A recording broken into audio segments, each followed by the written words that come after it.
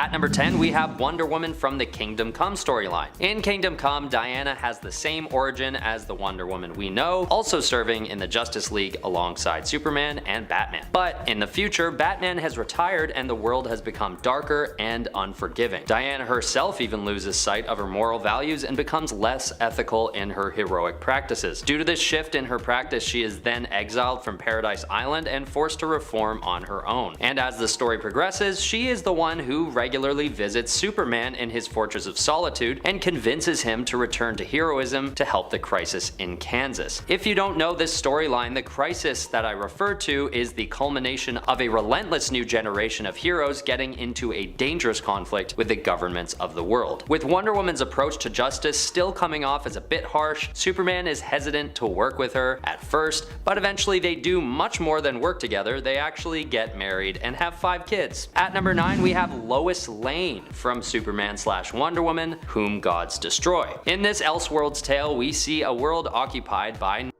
depicting what would happen if the Third Reich was never defeated during World War II. And the ideology even poisons the ranks of the superhero community, turning the original Diana, aka Wonder Woman, into a herself. But during a battle between the Greek pantheon and the Athena is sacrificed, which somehow endows an aging Lois Lane with powers, leading her to take on the mantle of Wonder Woman herself. While this is going on, Superman gets turned into a Minotaur, and regular Superman gets turned into a woman. Once again, I don't understand why or how this happens, but she then infiltrates the Great Hall of the Reich, while this new Lois Lane Wonder Woman takes down the brainwashed Wonder Woman and ties her up with her magic lasso. It's a strange story, but hey, a future version of Wonder Woman that's actually a superpowered Lois Lane fighting.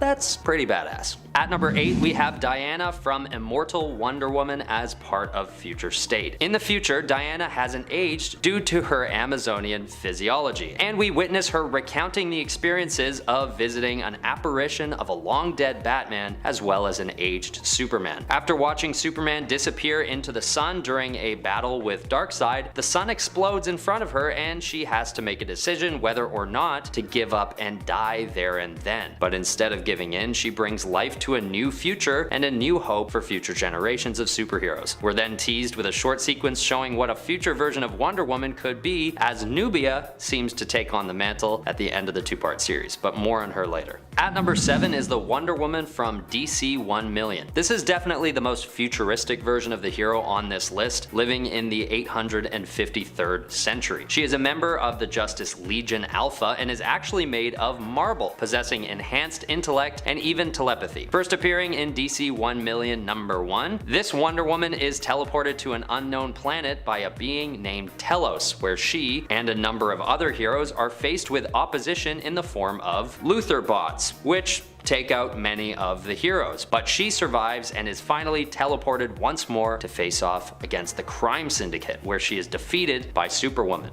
This is a pretty far-fetched and bizarre storyline, but hey, it's over 80,000 years in the future, so what else would we expect? At number 6, we have Wonder Woman, aka God of War from Wonder Woman Future's End. This version of the hero is one of the most relentless but also tragic versions on the list. In the New 52, Future's End, we witness events taking place 35 years into the future when there is a massive takeover by an AI known as Brother Eye. The corpses of fallen superheroes are taken over by nanotechnology, including that of Wonder Woman, creating these spider-like mechanical monstrosities. And the Wonder Woman one might even qualify as a future version of Wonder Woman itself, although it is kinda just a lifeless robot parasite thing. Either way, to try and prevent this horrible future from taking place, Terry McGinnis, aka Batman Beyond, has to go back in time and change the course of history. But in the new reality he creates is where, or rather when, we see this future version of Wonder Woman taking on the mantle of God of War. During a one-shot called Wonder Woman Future's End, Nemesis feels threatened by Diana and entraps her in a state of illusion of perpetual war, where she stays for some time. But when Superman drags her out of this illusion, she realizes that she'd prefer to use her powers for peace, and therefore becomes known as Peace instead of War. And this all comes before she's eventually, unfortunately, killed in battle with Brother Eye. Number Number 5. Mutant X. The Captain America of Earth 1298, first appearing in Mutant X number 15 in 1999, was a mutant with no name who took on the role after Steve Rogers was brought to an end by a Sentinel attack. His past was unknown except for the fact that he was experimented on by the government due to having latent mutagency. This captain wasn't exactly stable.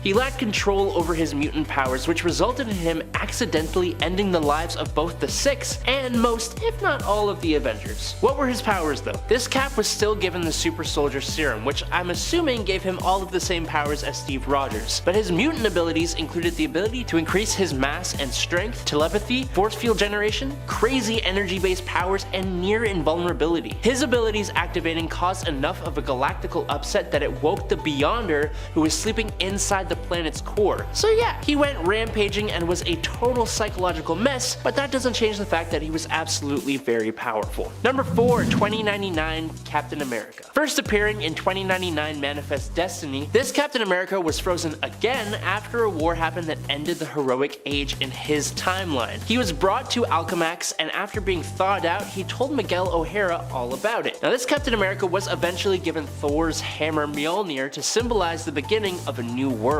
That's right, it's an official Thor cap. Alongside Miguel O'Hara, Captain America assembled the various 29 heroes into a new team of Avengers and led them into a battle in space against the President Doom of 2099. Yes, he does look like a very 90s amalgamation of the two characters, but his power was nothing to scoff at. Neither was the inspiration he fired up in people's hearts. Definitely a fantastically powerful alternate future version of Captain America. Number 3. Another 2099 Cap. But wait, there's more! In Marvel 2099, Captain America was a female named Roberta Mendez, or this version of Captain America was. Roberta was a bit different from most other captains on this list. Instead of joining a government-sponsored research program, Roberta was forcefully given the Super Soldier Serum by her husband, Harry. She gained all the powers afforded to a super soldier, and she did indeed become a new Captain America, although she was under the control of the Alchemax Corporation, which is a massive science-based company in this future world. It kinda gets worse for Roberta, as she is actually completely unaware of her separate Captain America persona thanks to brainwashing. Luckily, she did actually eventually rebel against Alchemax and then legitimately became Captain America, taking on the ideals that made her predecessor, or predecessors, I guess, so much better. Number 2. Earth X. Captain America, in the not too distant alternate future of Earth X, was a bit more tragic. In this world, everyone was exposed to Terrigen mists, giving everyone powers and sort of denying the need for superheroes as much. On top of that, this Cap felt unworthy, as he had actually separated the Red Skull from his head using his shield in an act of vengeance, causing him to step down from the Avengers out of shame. There's reason to believe this likely led to all the Avengers except Vision being defeated by Absorbing Man. So this Cap was a faded version of what he could have been, but he still had all the same powers and abilities and still fought against what was wrong and stood for what was right. He helped defeat an evil telepathic kid called the Skull and helped Mar-Vell create a paradise for deceased heroes. Although he did pass away, this Cap turned into one of Mar-Vell's avenging hosts, which were basically angels in the realm of the dead. He became an avenging angel, which is like a title I kind of hope to possess one day, but I probably won't. But his wings enabled him to fly. He could change his shape, but usually just look like his usual self. He was able to travel between the dimensions of the land of the dead to paradise, and from paradise to the antimatter sun of the negative zone.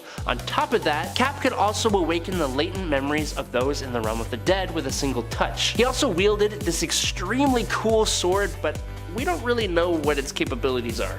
So, he is a much different Captain America with an extremely unique set of powers and abilities, but he's also one of the coolest. Number 1. James Newman. In 2007's Marvel Knights Captain America The Chosen, Steve Rogers' Super Soldier Serum wore out after all the powerful and intense wars and battles he had been involved in over his unnaturally long life. He returned to his true self and became immortal again, growing old. Now, Rogers volunteered to use an experimental machine that would let him project his image remotely onto battlefields around the world as an inspirational figure to give soldiers hope and courage. And it did just that for the central hero of this comic, James Newman. He was inspired to do incredibly heroic and courageous stuff, even if he felt like he was kind of losing himself. After Steve Rogers actual death, Steve's spirit possessed James during an incredibly intense firefight and fought in battles for as long as his country needed him, saying that his spirit was inside anyone who needed him. This one's a bit more idealistic, but it does perfectly represent Captain America and his ideals. Number 10. Future State. In the Future State reality, we saw the DC universe get pretty bleak. This was a world where Bruce Wayne's Batman was initially presumed dead, while Gotham had become a police state city, where all masks, heroes, and villains were outlawed, where the Justice League was only really a team of co-workers, no longer a group of close friends, never mind a family, where the Flash family was shattered, and where the Teen Titans Academy was destroyed, and the world became an apocalyptic wasteland thanks to the threat of the Four Horsemen. In all its bleakness, there were some bright moments and spots, but it seemed the farther into this future that we went, the darker things got. What makes a future scary? What superheroes do you think have the worst luck with awful and terrifying futures? Let us know your thoughts in the comments. Number 9. Last Night on Earth. Last Night on Earth is a bizarre and wonderful story that features a post-apocalyptic wasteland where Batman, or a clone version of Bruce Wayne, wanders Gotham, laid to waste by nuclear warfare thanks to a mysterious villain known only as Omega. This version of Batman is also joined on his journey by none other than his longtime nemesis, the Joker, who is reduced to being a head in a jar, having previously been dismembered by Alfred himself. Joker and Batman go on all sorts of weird adventures, including one where they fight against giant-sized babies, which were actually light constructs created by those who now had taken and wielded the Green Lantern's rings, but who obviously, weren't really chosen to do so. I mean, I feel like if you're making giant babies to fight someone, it probably shouldn't have been a Green Lantern. In my mind. I mean, I guess it's creative. Gotta give them that. And friends, before we move on to this next spot, if you are loving what we do here at Top 10 Nerd, please check out our newest channel, Most Amazing Top 10 Anime. Number 8. Age of Apocalypse. What would the world be like if Apocalypse succeeded in conquering it? Well, as you may have expected, it would not be great. While Apocalypse, currently in the comics, is not seeking to dominate and rule the world, but is actually focusing on his family, currently kind of in retirement, we should maybe just be grateful for that. Even though, honestly, right now, I think the mutants could actually use his help. Back in the days when Apocalypse was known as one of the most terrifying mutant villains around, we got to explore and imagine a world known as Age of Apocalypse. This alternate Earth, known as Earth 295, is one where Professor Charles Xavier was accidentally killed by his own time-traveling son, Legion, which resulted in a divergence from the main timeline. Because Charles wasn't around to form his own X-Men team when Apocalypse came, the world fell. Here, Magneto instead leads his own mutant team, acting as one of the last to stand against Apocalypse. But unfortunately, it's not enough to save this reality from being a horrifying terror show, where many of our favorite heroes end up pulled over to Apocalypse's side of the conflict. Number 7. Earth 3. Earth 3 is the reality that belongs to the Reverse Justice League. Not the Bizarro version, but the Crime Syndicate. They are basically an evil version of the Justice League we know and love from the main continuity. But instead of being a one-for-one of every character on the team, each member actually has their own more evil counterpart. Not necessarily being an alternate version of them, but in some cases they are. Wonder Woman is replaced by Lois Lane as a manipulative and evil Superwoman. Batman is replaced by his older alternate sibling, Thomas Jr., who killed both his parents and the younger Bruce, as Owlman. And Kal-El, I think we still say it Kal-El, is the last vengeful son of Krypton known as Ultraman, but his Kal-El is spelt with just 2 L's instead of E-L. And that's only some of the impressively villainous roster who basically all rule Earth, using fear to motivate the people to do as they say. At least in the original Crime Syndicate. It's different people now. Not all of them are still there. Times change, and when you're evil, people are going to usurp you and you'll probably end up dying at some point. That's just how it goes. Number 6. Days of Future Past. Days of Future Past is a mutant-based horror future where all mutants basically end up persecuted and held in camps where they are marked with M tattoos and forced to live out their days. This was a future reality that was avoided in terms of it becoming the main reality future when Rachel Summers in the comics sends Wolverine back in time to stop it from happening. Rachel herself happens to be from a version of the Days of Future Past reality, the main one known as Earth 811, of which now there are actually more than one version of that even alternate reality. just to really confuse you. An alternate version of the Days of Future Past reality, known as Earth 1191, is also the one that Lucas Bishop hails from, where Layla Miller also gets captured and marked with her own M tattoo, which she still has over her eye to this day, from her journey there with Jamie Madrox, during the X-Men Second Coming crossover event. Number 5. Nosferatu. In the cyberpunk/expressionistic future of the super creepy Batman Nosferatu, the Joker is responsible for the creation of Batman and not the other way around. This version of the Joker is called the Laughing Man, and he is an utterly terrifying skeleton-looking cyborg assassin created by Jeremiah Arkham to tell the future. The look of the comics are in general inspired from early German Impressionist cinema, including movies such as Nosferatu and The Cabinet of Dr. Caligari. And both the Laughing Man and the Batman he ultimately faces really lean full force into those absolutely terrifying styles. The Laughing Man has a knack for telling people when they are going to die and then de-lifing them to make sure that his predictions are true, which is kind of a backwards way of doing that. And they aren't gentle slayings either, as we see him kill this universe's Dick Grayson by completely severing his head from his spine and just having a great time doing it too, which is terrifying. It's quite terrifying, but if Batman and Nosferatu are your thing,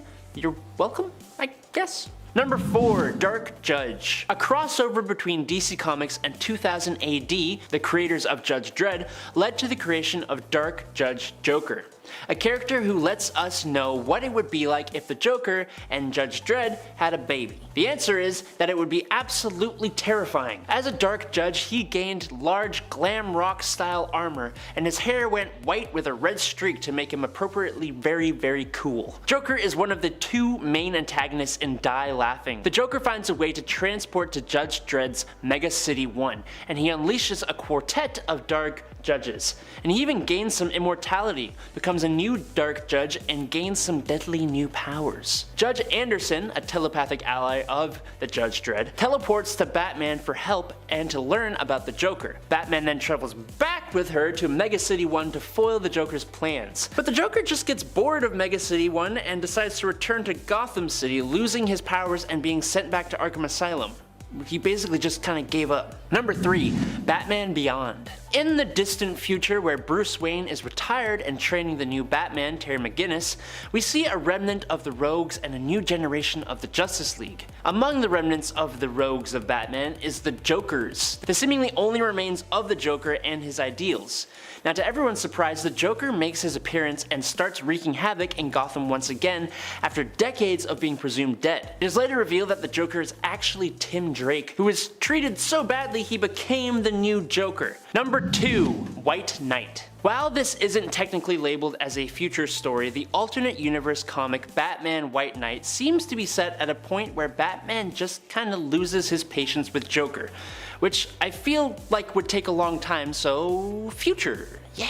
As Batman gets frustrated by the Joker and force feeds him a handful of random pills, it somehow cures Joker of his mental illnesses. Suddenly sane, Jack Napier, who was the Joker, goes on to sue Gotham City Police Department for his treatment when he was the Joker. He goes on to full-on fight the corruption of the GCPD and Batman's vigilantism. Maybe in some not so great ways, but he is a legitimately reformed Joker who is trying to do the right thing, and he even goes up against a Harley Quinn who becomes the Neo-Joker, obsessed with the goal of bringing the Joker back into existence, whatever that may take. And number 1, Dark Knight Returns. In the alternate future of The Dark Knight Returns from 1986, the Joker has been in a catatonic state ever since Batman's retirement. But once the news breaks of the Dark Knight's return, he miraculously regains consciousness. He manipulates his psychiatrist into declaring him cured, he hires a publicist to book him on a late night talk show, and then on the show,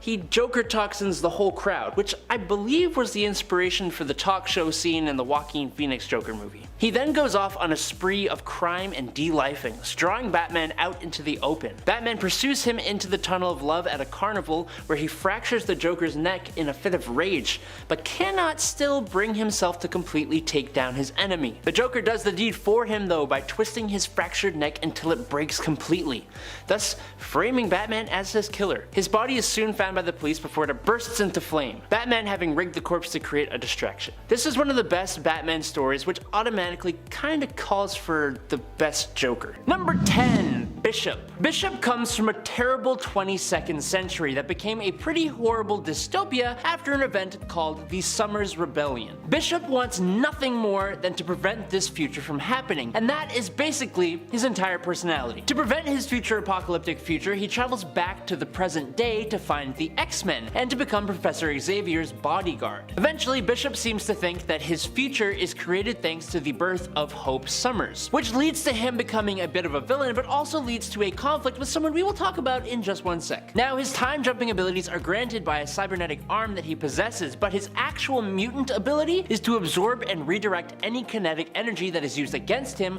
or that is released in his general vicinity. He's easily a favorite X-Men for a lot of people, even if he lets his knowledge of a possible future guide his actions into some unfavorable places sometimes. Number 9. Cable. Cable, or Nathan Summers, is the offspring of Scott Summers and Madeline Pryor, which should make you think that this guy isn't from the future at all. You see, Mr. Sinister had planned the birth of Nathan, hoping that he could use Nathan against the mutant known as Apocalypse, but that didn't work out. Instead, Apocalypse infected Nathan with a techno-organic virus. Because of this, and because his parents feared Apocalypse would hunt Nathan down, they sent their child to the future. It is true that adult Cable and Apocalypse do have a lot going on, as Cable does return fully grown to the modern day to stop Apocalypse, but also to face an evil version of himself. It's a lot, but that's time travel. Cable has not just one, but two modes of time travel. He can use a special future gadget to transport himself as well as his allies to a different point in time, but Cable can also use his telepathic abilities to send his astral form back in time as well,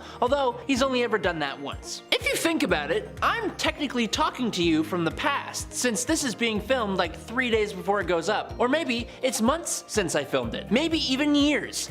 You should like this video or comment and send a message to past me so that me, of your present, aka my future, can see it and appreciate it.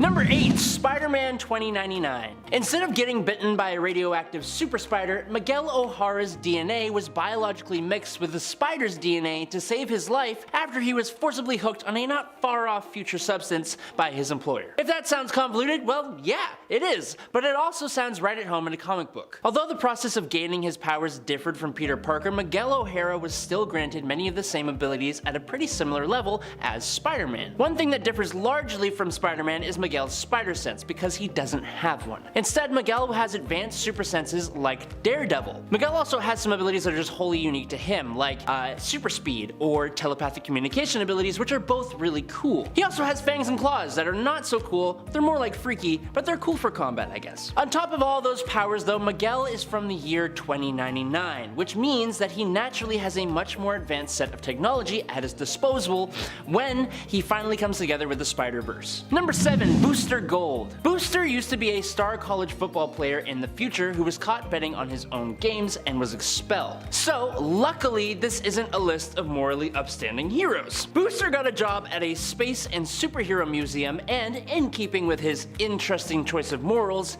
he found and stole Rip Hunter's Time Sphere, along with a bunch of other superhero gadgets. Using his future son's Time Sphere, he went back in time with the museum's robot named Skeets.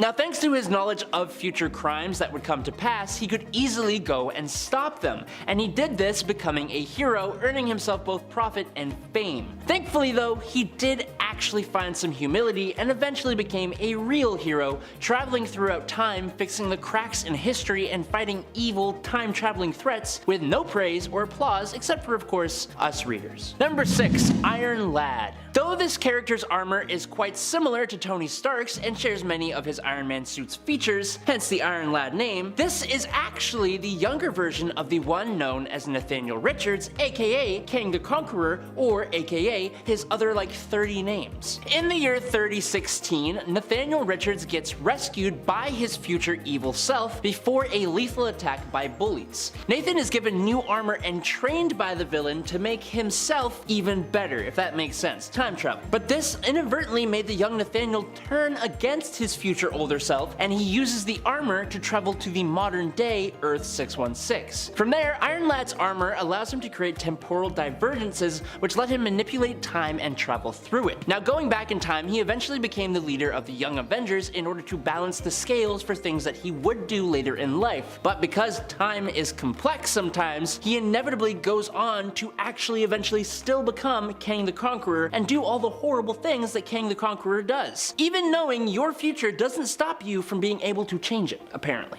I guess. Number 5, 2099. The Earth of Spider-Man 2099 is pretty awesome. Cyberpunk themes, President Doom, Miguel O'Hara as Spider-Man with the awesome suit. It shouldn't be any surprise that the Venom of 2099 is just as awesome and kind of scary. So long that it has evolved to have new abilities like acid blood and spit. This version of the symbiote bonded itself to Kron Stone, the son of Tyler Stone and the elder half-brother of Miguel O'Hara, bringing Venom and the Spider-Man even closer than their modern day equivalents. The symbiote first appears when it tries to kill Tyler in the hospital, and that is when Spider-Man intervenes. The fight goes on for a long time, like several issues long, with Venom even taking Spider-Man's former lovers. After Miguel learnt of Venom's weakness to sound, sonic sounds were emitted all over the city, stunning Venom, allowing Spider-Man to beat him, revealing Krom's identity. Later, the symbiote would merge with Roman the Submariner and flee to the ocean.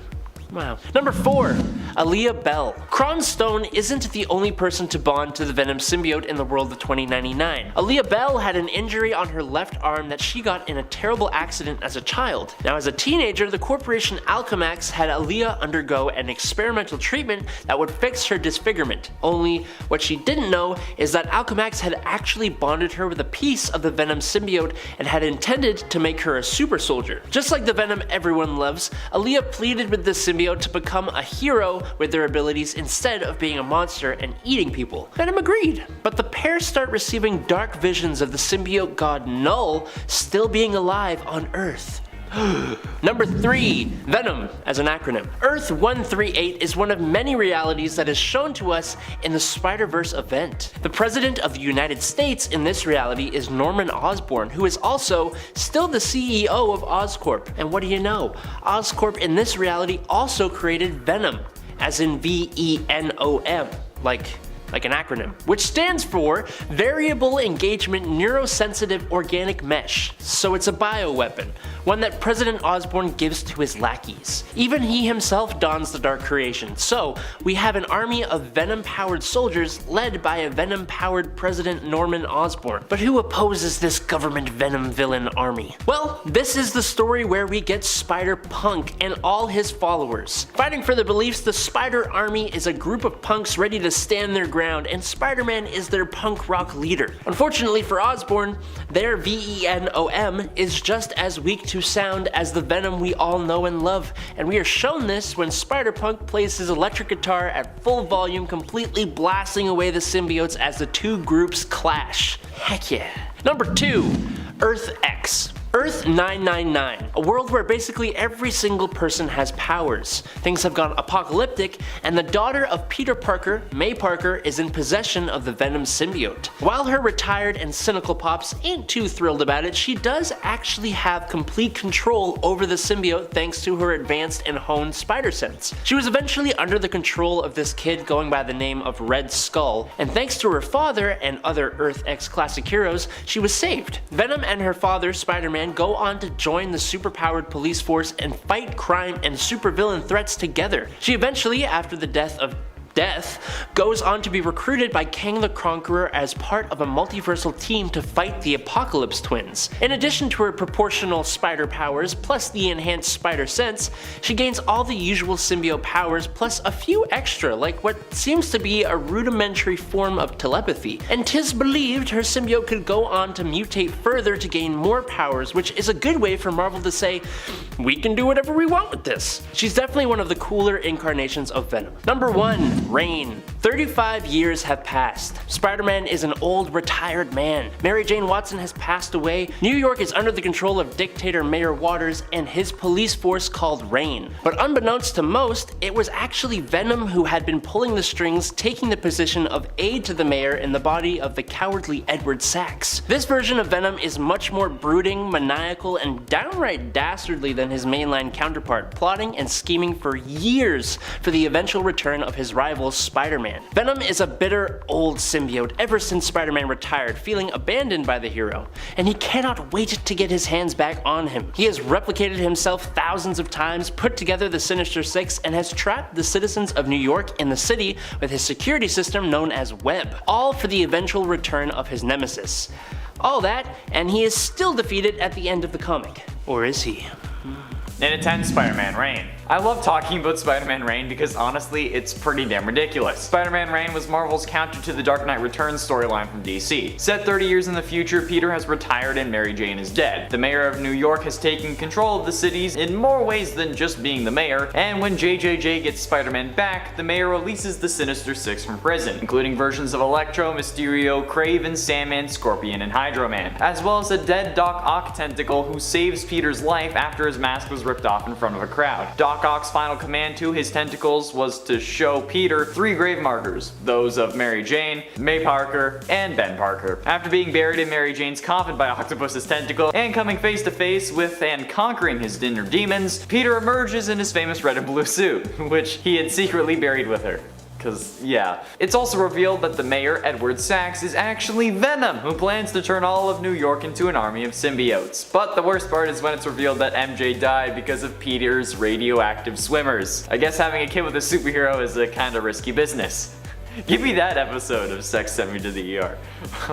Oh man. In at 9, The Dark Knight Returns. As you can expect when Batman has to, return, Batman was retired and Gotham City had become a haven for all sorts of violent gangs. But before you can say why so serious, the man is back in action and gets yet another new Robin to help clean up the streets of his city. But I know what you're thinking. Batman cannot be street sweeper certified, and you're probably right. But what I mean is he's back to fighting crime. But of course, no alternate universe dystopian Batman story would be complete without a take on the Joker, who still represents the same anarchy threatening to destroy society. I think he's trying to fix it. On the other side though is Superman, a tool of the authoritarian government who wants Batman out of the picture. And as always, it's up to Bruce to find the perfect balance between law and order. Perfectly balanced as all things should be. I love when the superheroes are old though and still try to fight crime. Like I just picture my great grandfather like trying to kick like some thug who's like at his nursing home trying to take his shampoo. Just, yeah. That's what I imagine. And at 8, The Ray. Set on an Earth where Germany won World War II, it can make things pretty clear when you're talking about a dystopia. The Ray is a member of the resistance fighting against the German soldiers and is the primary protagonist of Freedom Fighters The Ray, which is an animated series set in the Arrowverse. The Ray in the crossover at least is shown to be quite powerful, being able to take down Red Tornado from what I can remember. This dude also has like a really cool suit and in the show is either married to or dating Captain Cold, which is sweet. He gained his powers after the original Ray died in front of him, and he was also included in the comic adaptation of the Crisis on Infinite Earths crossover, which was already adapted from the original comic event, but this one is based off the CW with Felicity and other people. However, the Ray was destroyed along with his Earth in the TV version of the crossover, but in the comics he was killed along with Felicity and Nyssa. This guy has some mad superpowers though, like super strength, flight, light energy blasts, light speed, invisibility, photokinesis allowing him to make solid light constructs, bioluminescence, and that's not even the whole list. Okay, it's freaking nuts, man. And at 7, Zombie Hulk. Marvel Zombies is probably one of the most accessible alternate futures in Marvel Comics, according to multiple people. And I don't think that we need much of an explanation here as to why Zombie Hulk would be scary powerful. Hulk is already a brute with anger issues, but this story takes place in an alternate version of the Marvel Universe called Earth 2149, where all superpowered beings became infected by an extraterrestrial virus which transformed them into zombies. So the Hulk, who already had a passion for smashing, is now hungry for human flesh. Do you see where I'm going going with this? On the wiki, his abilities are listed as genius level intellect, superhuman strength, superhuman speed, master combatant, and cosmic powers from when he ate the Silver Surfer and Galactus. But his hobbies also include devouring living flesh, which sounds like the worst dating profile ever, or the best. They even have a section for crimes he's committed, like genocide, cannibalism, and more. I wish they had that section on Tinder. That'd make things interesting. And at 6, Injustice Flash. But what about a world where Superman was tricked into killing Lois Lane and his unborn son by the Joker who made him hallucinate fighting Doomsday, but then also nukes Metropolis? That's a thing that happened and it was absolutely brutal. So Superman ends up killing the Joker and then gets a taste for it, basically becoming a dictator of the world and then turning it into a dystopia where his word is law. Batman, among others, obviously fight it, but one of the superheroes who joins Superman is actually the Flash, who is still super fast, but now he works for a totalitarian regime. He does end up defecting, but let's be honest, he's more powerful when he's working with Superman because everyone ends up fearing him. He could shove a vibrating hand through your chest faster than you could say your own name. Just the thought of Superman having a speedster in his corner is enough to make your spine shiver. At number 5, we have Superman from the House of El Future State storyline. This version of the hero has the exact same backstory that we're used to, being the last son of Krypton, all that jazz. But in this continuation, Superman is captured and has his powers stripped after being stabbed with kryptonite. He's then trapped by Mongul in one of his war worlds and forced to fight in a gladiatorial arena. Every time he dies, Mongul brings him back to life and forces him to fight again. Meanwhile, in the 30th century, a group of Superman's descendants create a new version of the House of El and rule over the cosmos, believing Superman has always been nothing but a myth. It's sort of a sad story in reality, but don't worry, Superman does make a comeback in the end after his time as a gladiator. At number 4, we have the Superman from Superman vs. Terminator. This one is pretty self-explanatory, and it's not considered to be an official part of the DC canon as you can imagine. But it's still one of the cooler iterations of Superman, all things considered. Created by Alan Grant and Steve Pugh over at Dark Horse Comics, Superman vs. the Terminator, Death to the Future, is just a fun read. When Skynet sends Terminators to find a young man named Connor in Metropolis, they're met with resistance they don't quite expect when none other than Superman shows up. The art style and storytelling matches up pretty darn well with the DC Comics if you ask me, and I just felt like this version of the hero needed some love due to how unique his circumstances are. At number 3, we have 6th Dimension Superman. Living in what appears to be a more advanced future, we're introduced to an older Justice League that's initially thought to be the Prime Earth Justice League, which seems plausible at first due to the way that they're dressed among a few other things, but eventually we realize that it's just a futuristic version of the current Justice League. And with the team still being led by Superman, we assume that they've been continuing on with their typical crime-fighting business, but there's another twist that's soon revealed, which is that Superman is actually World Forger masquerading as the Kryptonian. The real future Superman's whereabouts are unknown at the time, but World Forger looks and acts just like the real Superman, so I felt that he belonged on the list. Okay, fine, I mainly included him because of his cool costume design, but even in his short 10-issue run during Justice League Volume 4, he appears to be about as powerful as an aging, more wise, and practiced Superman might be. At number 2, we have Justice Lord Superman from Justice League Beyond.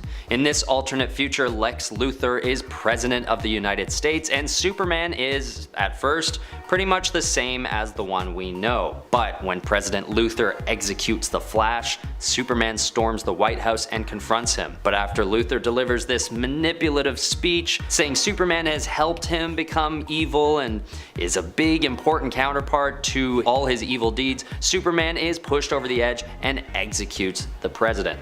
This comes as a shock to Superman's allies, but it sets a new precedent for this futuristic team known as the Justice Lords.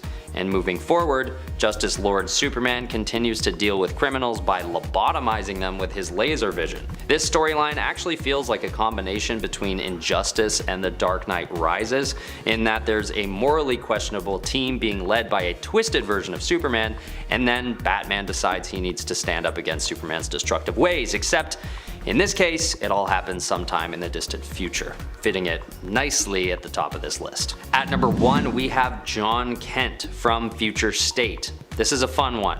a younger version of the hero who is the offspring of Superman and Lois Lane. The Future State event was released in 2021 and looked at what a potential future for the DC universe would and could look like, and alongside a handful of other new characters taking on the mantles of notable DC heroes, Jon Kent takes on the Superman mantle. There isn't much known about him quite yet, but at first glance he appears to have a more personal disposition. Possibly his half-human heritage gives him a bit more of an approachable energy, almost like Invincible. I'm looking forward to seeing how far Jon Kent goes in the comics and how they will develop a canonized story of how he ends up taking over for his father in the long run. Number 10, 3099. Although this version of Captain America is not native to any comic books, being from the Marvel Future Fight game, he is still probably one of the sweetest looking Captain Americas we have ever seen, and he is from the future, so a win-win. This Cap is James Rogers, presumably an ancestor of Steve Rogers, and he wields a shield that seems to be made of pure energy that can do multiple different things. By watching some of his moves from the game, James can do all the normal Captain America things, but his shield can create a force field bubble around James. It is also able to duplicate itself and become multiple shields at once to attack multiple enemies and give James protection while other shields are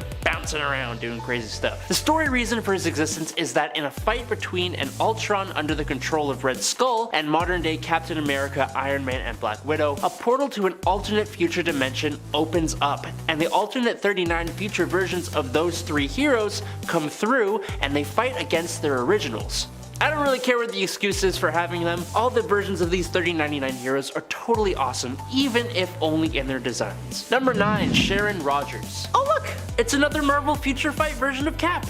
I'm sorry, I promise this is the last one, I promise. In an alternate universe where Captain America was never frozen in ice at the end of World War II, Steve Rogers and Peggy Carter celebrated V-Day with a private marriage ceremony and some alone time.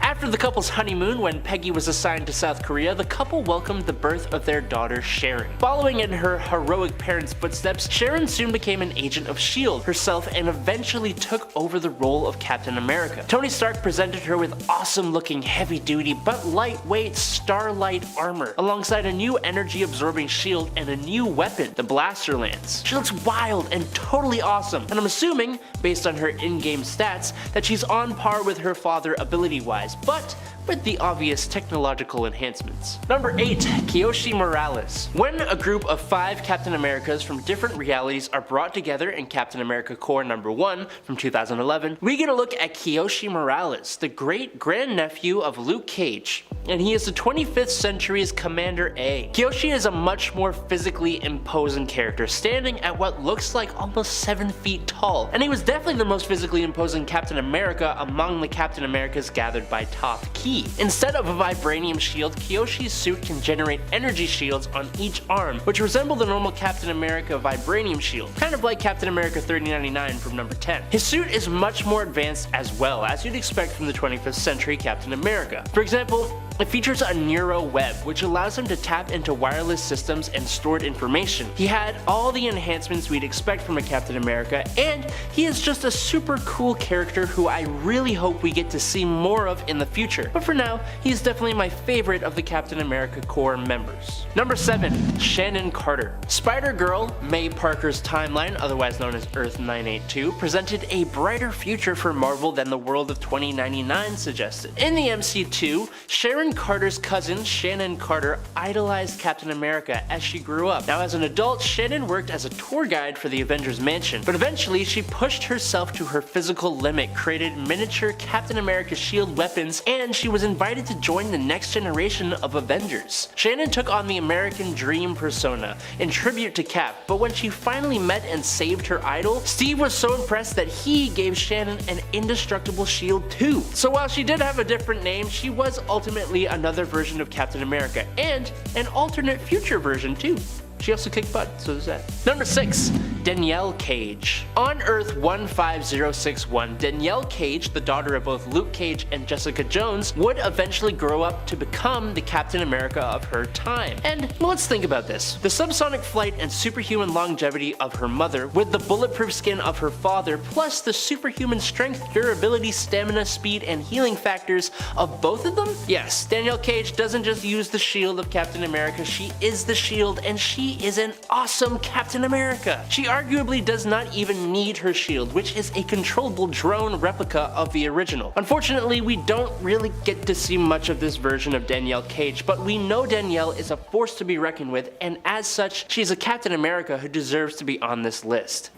At number 5, Future Man. How could I make a list about villains of the future without mentioning Future Man? In the far future of the year 1 million AD, the world's oceans have evaporated, leaving the human race on the brink of extinction. And so Future Man, whose real name is never revealed, volunteered to travel back in time to the 20th century with a plan to exterminate the human race in that era so that he and his people of the future could inhabit the present on an undisturbed Earth. And he attempts to accomplish this mission using some very Doofenshmirtz-esque gadgets and plans, including but not limited to plague-carrying bombs, a slow-motioninator, that's not a joke, a tsunami-inducing torpedo, a machine that resurrected ancient Egyptian mummies, attempting to literally set the USA on fire using an atomic match, and setting off neutronic bombs, just to name a few. Eventually, he was defeated when he was sent to the ancient past in a broken time machine, stranding him there with no way of returning.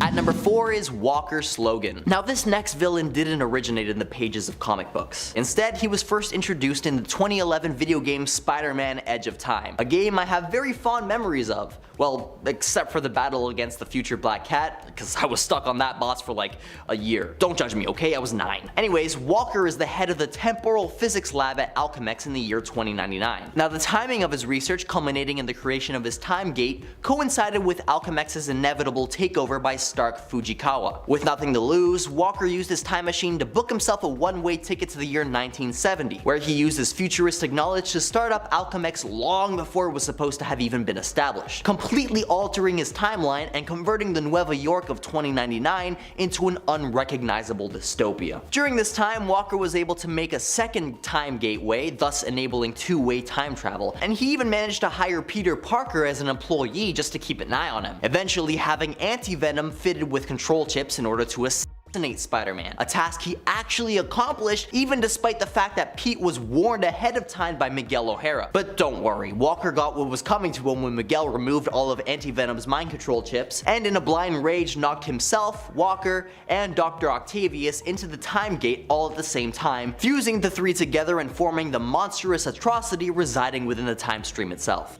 At number 3 is Professor Zoom, otherwise known as Reverse Flash. I'm sure Barry Allen's arch nemesis needs no introduction, but I'll give him one anyway. The sociopathic professor known as Eobard Thwain was born about 420 something years from now, a designer baby genetically engineered to be good looking and highly intelligent, as is the protocol for all humans in the future. Dang, now I know I was born too early. Now despite his intelligence, he was forced by his parents to dedicate all of his time to watching his little brother instead of focusing on academics, and so he was ultimately denied entry to the program that would allow him to legally study the Speed Force, something he does anyways, leading to his arrest by his own backstabbing brother. But you see, Thwain was obsessed with being perceived as a hero, and so, after his future self inevitably figured out a way to tap into the Speed Force, he went back in time to prevent his own brother from being born, and thus Thwain was able to focus completely on his studies, and eventually got himself admitted into the Flash Museum. But when the leading professor researching the Speed Force refused to share his findings, his future self once again had to go back and make some edits to the timeline, allowing him to be appointed as a professor of the Flash Museum. Now I'm sure you already see the pattern here. Thwain doesn't get what he wants, his future self does some history rewriting, and then the Thwain of the past takes another step in the direction he wants to go in. This happens a few more times, like when he clapped his parents to prevent them from shutting down the museum, or when he clapped his crush's fiancée and literally every man she's ever dated in an attempt to court her,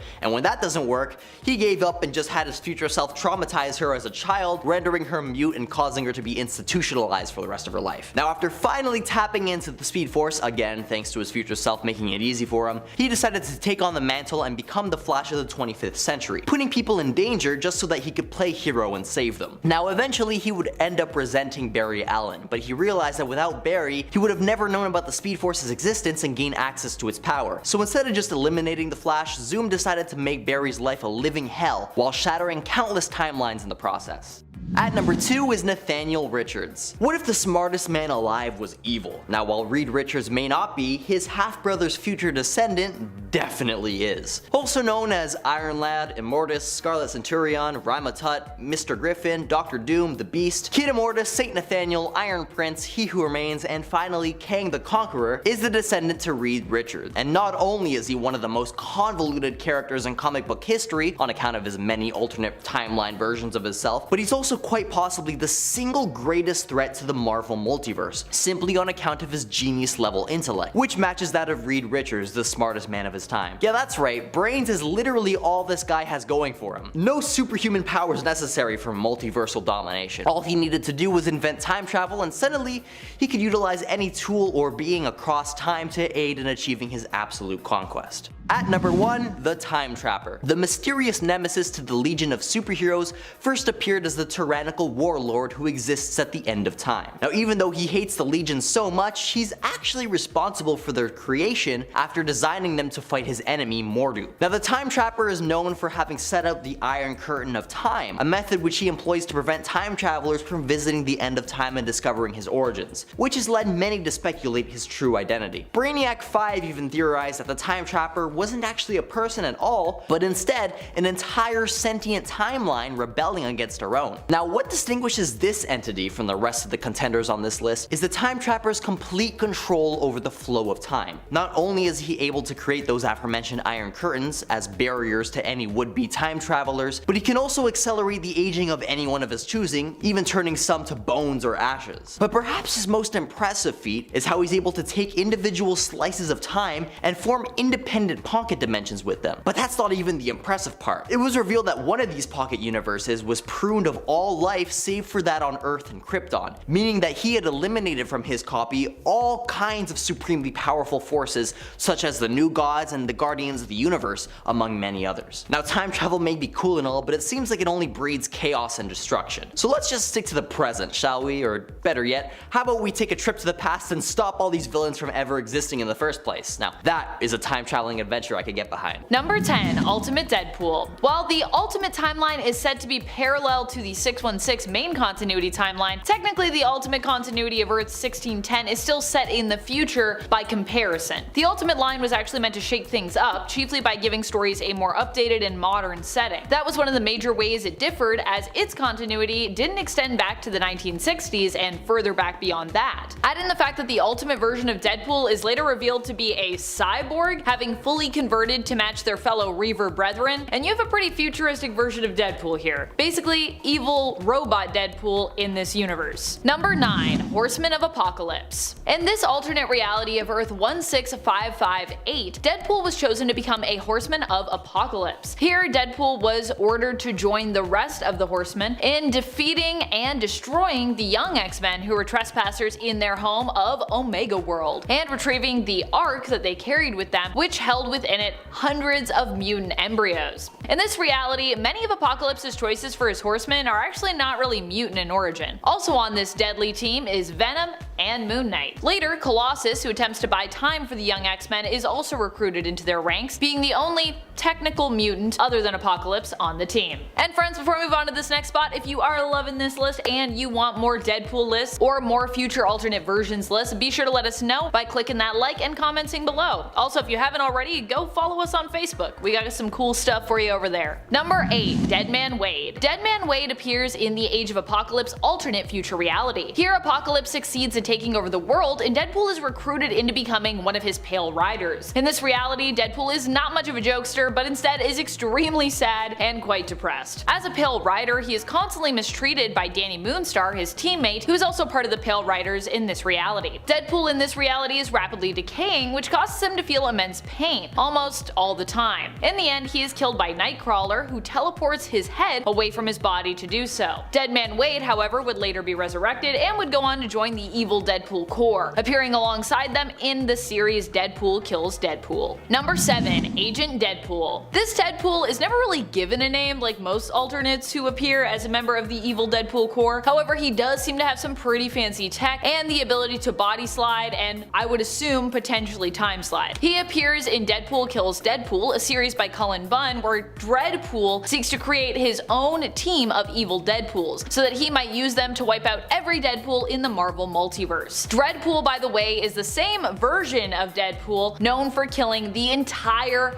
Marvel universe. Agent Deadpool, as I've chosen to call him, is one of Dreadpool's agents who appears in the first issue of Deadpool Kills Deadpool. He takes out Headpool, Golden Age Deadpool, and sadly, Dogpool, before Deadpool of the main reality of Earth 616 avenges their deaths by killing Agent Deadpool in turn, using Agent Deadpool's own anti-regeneration or anti-Deadpool ray. Number 6. Eternity Deadpool. This Deadpool only makes a brief appearance in Doom War issue number 5. Here, Deadpool is recruited into a mission to help retrieve the 10,000 tons of vibranium that Dr. Doom stole from Wakanda. When Deadpool passed through the Nowhere Room, he's turned temporarily into kind of a splat of goo and organs. I say temporarily because, well, he's Deadpool, so he does get better because he got that healing factor. And quite quickly too, I will say. During this time, however, we also get a glimpse into multiple alternate versions of Deadpool from the multiverse, one of which happens to be a version in which Deadpool goes on to become the new Eternity. Number 5. Pappy Banner. And from happiness back to tears again. Ready to talk about Old Man Logan? Yet again? Good. Basically, in this dystopian future where the villains all banded together to take out all of the heroes, Wolverine has become a farmer, a simple man trying to just make ends meet and keep his family alive. But the main antagonist in this tale is the Hulk gang, made up of the incestuous children and grandchildren of Bruce Banner, the Incredible Hulk, and what he claims was his cousin Jennifer Walters, as in She-Hulk. This gang of horrible Hulks was led by none other than the one true Pappy Banner himself. Pappy Banner doesn't need to change his form to access the powers of the Hulk. In the fight between Old Man Logan and Pappy Banner, this regular human Bruce Banner was tossing cows and throwing punches that sent Logan flying. But when he did transform, he grew to a massive, overweight, maniacally twisted version of the Hulk that ate Old Man Logan whole. Well, until Logan healed up and burst out of the Hulk's stomach, so that's nice. Number 4. Hulk The End. The End series chronicles the last days of various characters in the Marvel Universe. For a lot of doomsday type stories, it often ends in the Earth being destroyed in a nuclear war. But what remains after that? Well, basically, the Hulk remains. As the only human left on planet Earth, Bruce Banner wanders the wastes in an eternal struggle with himself, as in an eternal struggle with the Hulk. Basically, Bruce has seen the deaths of all those he loved, all those he cared about. There's nothing left in this world for him and he would prefer to just pass on. But no matter what he does, the Hulk does not let him. Speaking of the big green Goliath, he thinks Banner's will to pass away is a puny human thought, and he wants to be the strongest there is and to just be left alone. The two of them have a huge internal falling out. Eventually, Bruce has a heart attack, and while Hulk himself goes on to survive somehow, he now realizes just how alone he really is. Damn. Number 3.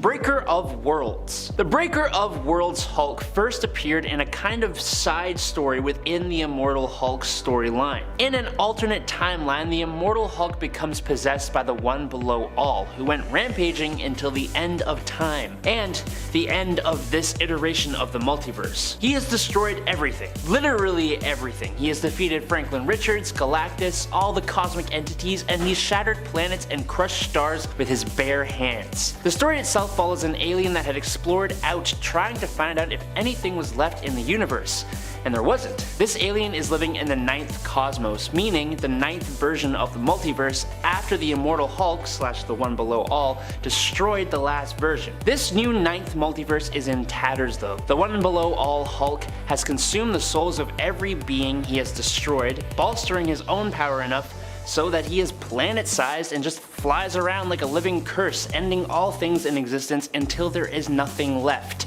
Ever. Luckily, the alien sent a warning far into the past to the present time. The Breaker of Worlds is what happens when the One Below All wins, and it's not good. Coming in at number 2 is Space Punisher Hulk. This version of the Hulk in the really awesome Space Punisher story is a 4-armed, 30-foot tall murderous monstrosity. He completely took out the Fantastic Four, he bit Sabretooth in half, took off Deadpool's head and threw him out into space, and he completely decimated a group of 6 Watchers, as in the race that Uatu the Watcher is a part of. And if you don't know, the Watchers are sort of on par in power to Galactus, so yes, this is pretty impressive. The future space version of the Hulk is more like an exoskeleton with Bruce Banner contained within the Hulk's chest, but they are still separate entities, allowing Punisher to end the life of Bruce Banner, which in turn allows the Hulk to just jump off into space and leave everyone alone. It's intense, it's really weird, it's extremely brutal as you'd expect from a Punisher story, and we love it. And coming in at number 1 is Maestro. If we are talking about alternate future versions of the Hulk, you'd be just a big ol' silly Billy if you thought we weren't gonna talk about the evil ruler of dystopia, the possible future version of the Hulk, Maestro. Maestro is the far future ruler of a megacity that rose up after the events of a nuclear war. After being exposed to so much extra radiation, he gained extra strength and over time became more and more intelligent. He had powered up enough to be double the strength of the base Hulk and just as smart as Bruce Banner, while also becoming nefariously evil. Earth 616 Hulk ends up traveling forward in time to stop Maestro, which proves to be a much more difficult task than he initially imagined. Hulk's experience with Maestro gave Hulk nightmares of what he could become for years and years and years to come into the future. Number 10. What If Sorcerer Supreme? In the What If series, we got an issue that explored the idea of what would happen if Tony Stark became Sorcerer Supreme in place of Stephen Strange, and was forced to do battle with the Dread Lord of the Dark Dimension, Dormammu. Oddly enough, this isn't the only alternate future where Tony ends up as Sorcerer Supreme. Maybe we'll talk about that later. It's actually just one of them. Here, both Stark and Strange are in a car accident together, which robs Stephen of his ability to use his hands as a surgeon. Tony swears to fix Stephen's hands, and the two set out on a quest, which sets Stark down a path to meeting and training with the Ancient One,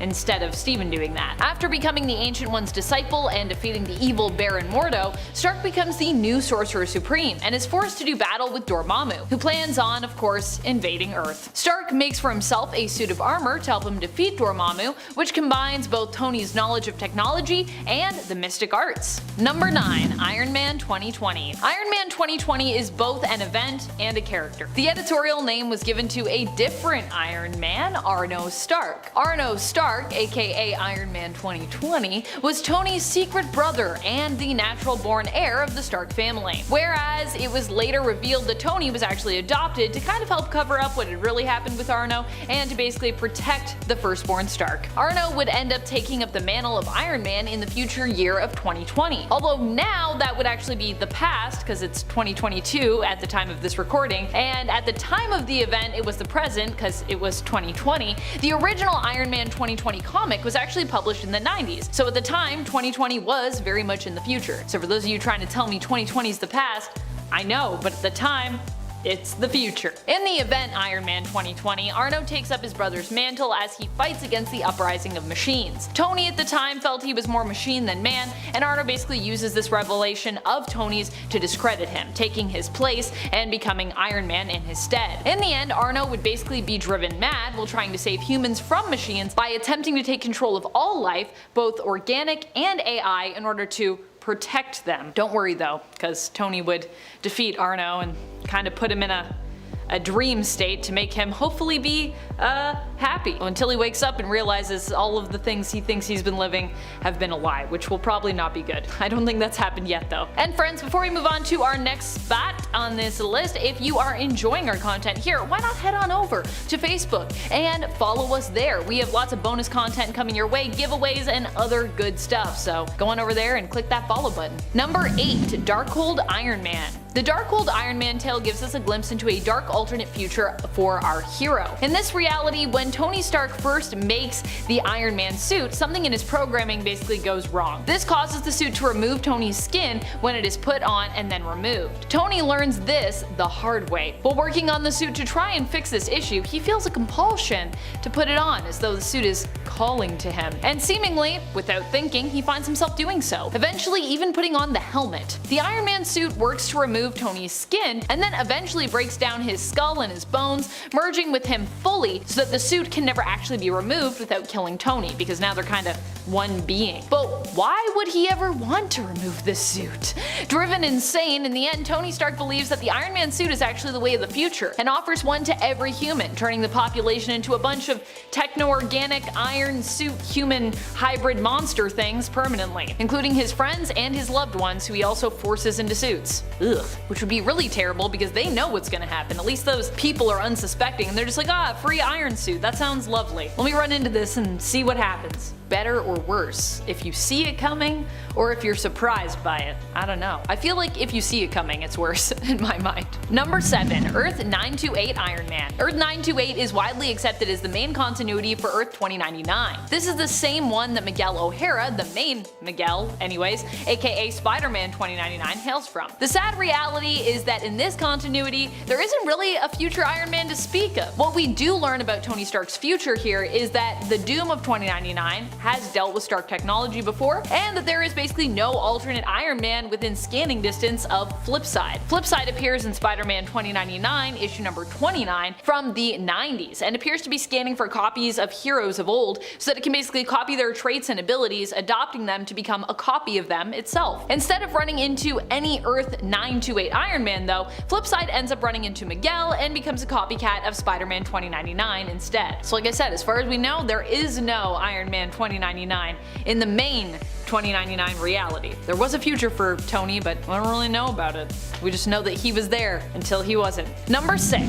Stark Fujikawa. While Iron Man of Earth 928 appears to be dead, there is also the existence in this future of the Stark Fujikawa organization, one of the main corporations that rules over the future Earth, along with such powerful companies as Alchemax. While Tony Stark is not among the powerful heads of the company and is not the future CEO, presumed to be dead on Earth 928, in the alternate 2099 future reality of Earth 96099, Iron Man's likeness, at least, does live on. In this reality, Iron Man's likeness is used in advertising for the Stark Fujikawa organization, implying that Tony's future was somewhat tied to the company. At least, like I said, in this alternate 2099 reality, which isn't the main 2099 reality, but yeah, there are lots of alternate 2099 timelines. It's confusing. Although once again, we still don't really know the fate of Tony Stark even here, where his name and likeness still seem to reappear, but the rest is a mystery. Number 5. Maestro. In Avengers Endgame, we cut to 5 years in the future. Hulk is now smart, he's taking selfies, he's dabbing, he's hanging out with the team, but he's embarrassed by his past smashy version of himself in 2012's Avengers. We love growth, we love seeing a character change, but what if the Hulk had lived even longer on this planet? Well, that's where we get into the Incredible Hulk Future Imperfect storyline. As the title suggests, the future is not so bright here. There are no flying cars, there's actually nothing really there. It's not a paradise at all. When we see the future Earth 9200, we're seeing a Hulk 100 years in the future as well. We find him after a nuclear war put the planet close to extinction. So the Hulk, or rather the Maestro, was older, stronger, and scarier looking, all because he'd been absorbing all this nuclear radiation from the Earth. He became even more unstoppable and, of course, just super jaded, just super evil. He had to face a future version of Rick Jones at one point, and then he ended up losing a battle to said Smart Hulk as well. I wouldn't want to face any version of the Hulk at any time. I don't want to fight Smart Hulk, War Hulk, Horseman Hulk, or even Bruce Banner. I don't want to fight the scientist Bruce Banner. Number 4. Time Trapper. First appearing in Adventure Comics 317, Time Trapper was introduced to readers as a warlord in the far future who prevents the Legion of Superheroes from traveling into their future with this iron curtain of time. The Time Trapper's main goal basically was to steal this weapon that could absorb every energy in the universe, just this Dyson vacuum full of energy called the Concentrator. Now the team caught wind of this Time Trapper when they could no longer jump more than 30 days in the future. They're like, okay, something's up, there's some higher powers preventing us from being badass. He resides comfortably at the end of time, accompanied by his servants, the Glorith of Baldur. Time Trapper can age anybody he wants, either a couple years or straight to the ashes and bones part. In Action Comics 385, Time Trapper created a temporal force barrier in order to seal a time-traveling Superman away from the 20th century. He's that powerful. Number 3. Bishop. Lucas Bishop is a time traveler from a dystopian future, and his goal is to travel back in time to stop this unknown factor amongst the X-Men. Okay, so he comes from this dark future and he goes back in time to change it because something bad happens. There's some bad mutant, okay? But this happens where most of the mutant population is depowered by the Scarlet Witch, and then this one child, Hope Summers, was born, the first mutant born since M-Day. Well, it turns out that this kid is the reason Bishop is going back in time in the first place. This kid would end up taking millions of lives in the 6-Second War. So Bishop thinks the only way to save his future is to travel back in time and take out Hope Summers as a child, but he fails at taking out Hope, but he does take down Cable, creating this new future where Cable is remembered as a hero for protecting the child, and Bishop was actually remembered as the villain. So he was the villain in his own story, and he didn't even know it. Number 2, Kronos. If you do the crime, you're doing the time. But if you have enough time, you can plan said crime out in detail, and then maybe you just won't get caught next time. David Clinton first entered DC Comics with the Atom issue 3. He's mainly a villain for Ray Palmer, aka the Atom. Now, he was a criminal his entire life, and finally, when he was arrested, he was thrown in the slammer, where he had time to think about everything that he's done, all the reasons why he got caught, why his plans didn't work. But maybe he had a bit too much time. He reflected on his past crimes and what he would have done differently if he had planned it better, and then he used his skills and obsessions with timepieces to work non-stop in the prison workshop, where he learned about clocks, time, the mechanisms within. He learned about everything. So when his sentence was finally up, he was released and then became a time-traveling villain. He used all these time-inspired weapons, like an exploding hourglass, a wristwatch with blades instead of hands, and a device that could slow time down. Going by the new name Kronos, in the DC animated universe, Kronos used these devices to go back in time and steal rare relics from the past. At one point, he actually tried stealing a utility belt from the Justice League's watchtower, but when he was interrupted, he made a break for it through the time vortex, and Green Lantern, Batman, and Wonder Woman followed him back. Not this time, Kronos. Literally, not this time.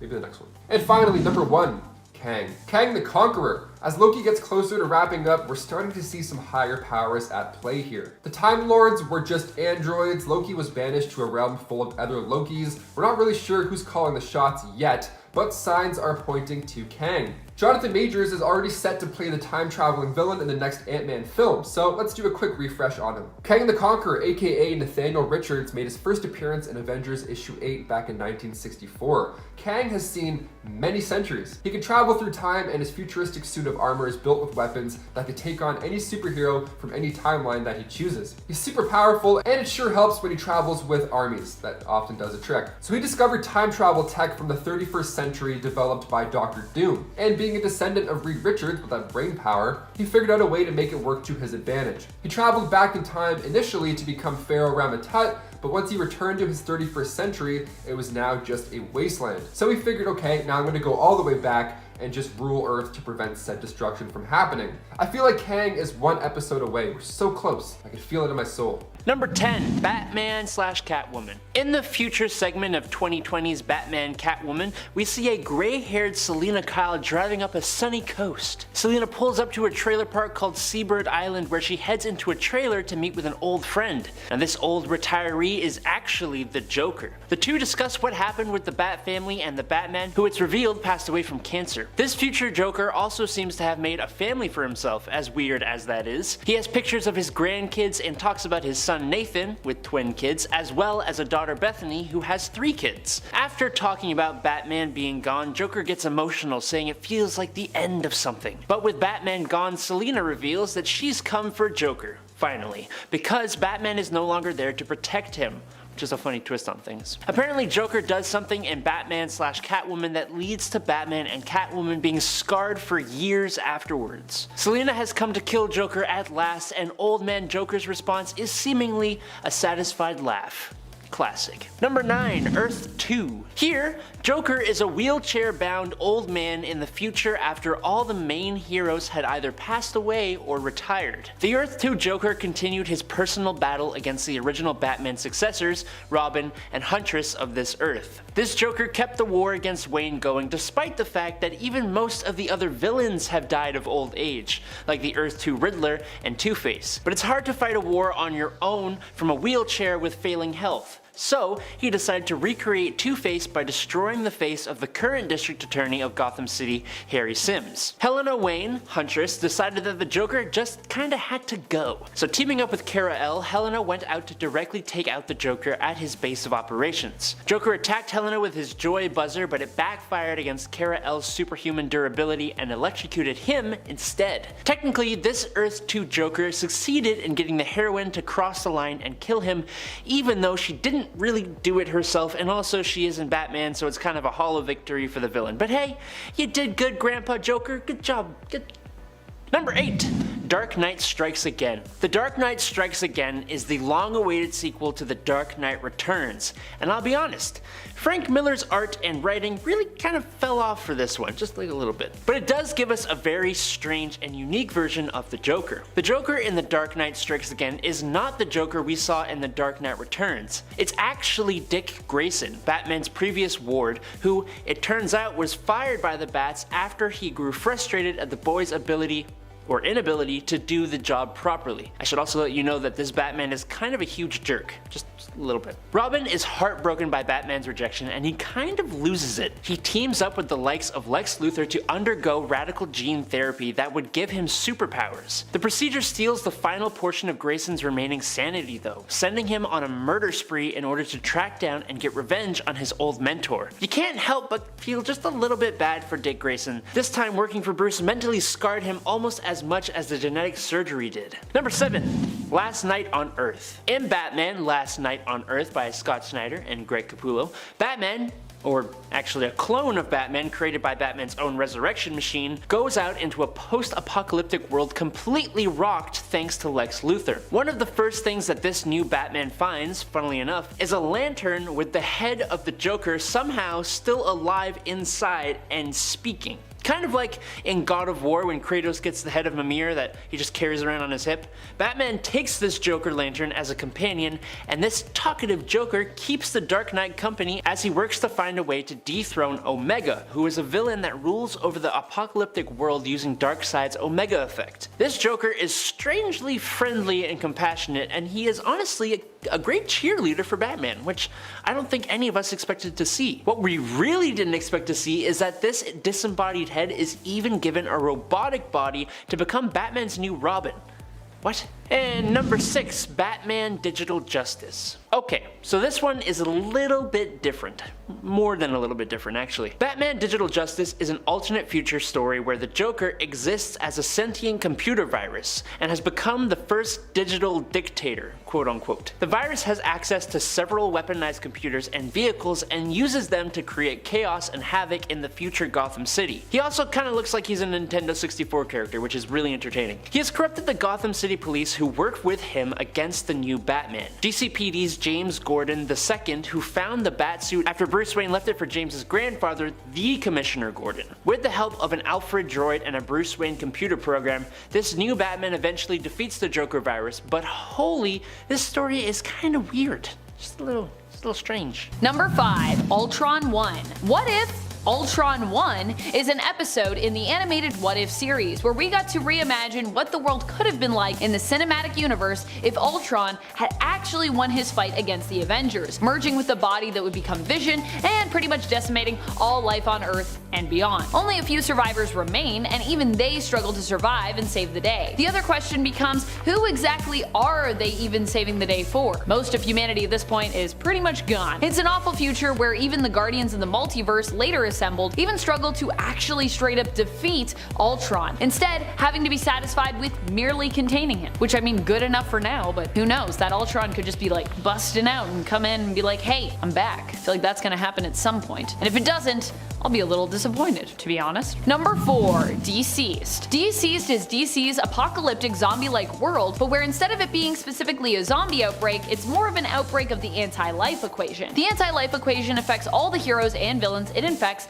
by causing them to basically lose control and be filled with rage. This is the reality where an anti-life infected Wonder Woman goes on a rampage and literally tears Vandal Savage in half. This is also the same reality where the tragic story of Batman and Alfred is actually reversed compared to the main continuity. Instead of Bruce outliving his father figure and his trusted butler Alfred, Alfred is actually the one who survives him. Also, Alfred is a badass. in this reality. Alfred is a badass in all realities though, so facts. Number 3, Earth Z. Sometimes referred to as Earth Z, Earth 2149 is the reality where a zombified sentry first caused an outbreak to happen. The outbreak would not only threaten the general public of this whole universe, but also go on to infect many superpowered beings as well, both heroes and villains, and it would also kind of spill into other universes too. It's widely considered to be one of the darkest realities in all of comics. This is a reality where Black Panther, T'Challa, is slowly devoured by his former colleagues and friends. Freaks me out every time. Every time I think about it, I'm like, no! Where Spider-Man ends up eating both his dear Aunt May and beloved MJ. It's a really messed up and bleak reality basically, and every time I go back to it, I'm almost immediately forced to recoil back from these issues and this world. That's just how gruesome it is. It's really intense. Number 2, Ruins. Oof. I cannot believe this one is not at the top of this list. Honestly though, it was a hard decision to make when it came down to these last few. Some might not think of Marvel's Ruins as a future as it is set in modern day sort of, but it's still an alternate reality that never came to pass in the main continuity based on the original world of Marvel, which actually, started technically back in the 60s, although that's kind of weird. So I think we can still consider Ruins like taking a glimpse through a dark crystal ball into an impossibly cruel potential future for our heroes and our villains. In this reality, superpowers are interpreted more literally, meaning that they are less blessings than curses that cause people great harm, with them becoming more monsters, prisoners, victims, or just like straight up villains than actual altruistic heroes most days. Number 1, Batman in Bethlehem. Batman in Bethlehem has to be one of the worst futures out there, but that is also part of what makes it so compelling and so interesting. In this reality, Damian Wayne takes up the cape and cowl, following in his father's footsteps, but after the death of Nightwing, who actually went on to become Batman before Damian did. Damian decides the best way to approach being Batman because of Nightwing's death is by doing things kind of his own way. In other words, he no longer holds himself back from killing. And more than that, in this reality, Damian also makes a deal with the devil to basically protect Gotham no matter what, offering his soul in exchange for immortality and superior healing powers, which allows him to act as Gotham's vengeance pretty much forever, or at least for as long as, Gotham lasts. Eventually, Gotham ends up confronting a zombie-like outbreak when most of its citizens become infected with Joker venom and the monster serum. Gotham would then end up quarantined before being nuked, wiping it off the face of the map, with Damian surviving the strike due to his immortality and healing factor that he had bargained for. Number 10, Contest of Champions. Venom is the antithesis to Peter Parker when you think about it. I read somewhere, I can't remember where, that Venom is essentially what happens when someone acquires great power without possessing the great responsibility to keep it in check. And I like that. The two have an epic rivalry, but in Contest of Champions, yes, the Marvel fighting game, fans were introduced to a Venom from an alternate Earth that had managed to finally take down his first host and number 1 enemy, Spider-Man. He went a little crazy off the victory over his longtime adversary and took the Spider-Man suit from Spider-Man's body and started to wear it around his neck as a tiny little cape. It's almost kind of cute, if not a little horrifying. He is a Venom that ultimately completed his number 1 goal. He's living life as a fully realized Venom, just thriving. You go, Venom. You go. Number 9, Mech Venom. I'm not entirely sure that this is a future world, but the technology would suggest so. In an alternate reality Earth, 14512, a reality of giant robots and giant morbid monsters, the armored hero SP-4-4-DR, or Penny Parker, fights for peace and justice. Seeking to replicate the success of the SP-4-4-DR mech, the Venom, which is spelled VEN #M suit, is created. That's really confusing. Oh well. Combining a biomechanical sim engine with bleeding edge robotics. Get it? Sim engine? Like symbiote? Nice. Wordplay. Ultimately, during a crisis with the Morbius kaiju, the suit goes rogue, very rogue, and assimilates its pilot, young Addie Brock, plus Penny's Aunt May. The suit becomes a frightening, downright unstoppable threat to the world. Venom is a threat all on its own before it becomes a giant mech suit, so this is pretty bad. Number 8. more robots. Speaking of giant robotic mechs, in Megamorphs, Marvel's seriously obvious attempt to sell some toys, Iron Man recruited heroes such as Spider-Man, the Hulk, and Ghost Rider to aid him in battling the forces of evil using giant, eerily Transformer-like robots. Each of these giant robots, that also kind of remind me of Power Rangers, is unique to and powered by each hero. Unfortunately, villains got their hands on the tech as well that created the mechs, and a few have their own. Bet you can't guess who has one. Yes, obviously it's Venom. God, read the title? Dr. Doom recruits a team of villains to jump into their own giant robots to fight the do-gooders. And Venom pilots the Spider Smasher, a massive robot similar in style and color scheme to Venom with cool Venom-based abilities. It can also transform to be more spider-like as well. When it first shows up, it does battle with the Thing, almost losing before it makes its escape. Number 7, Old Man Hawkeye / Logan. Old Man Logan is an insanely graphic and fresh take on the Marvel Universe.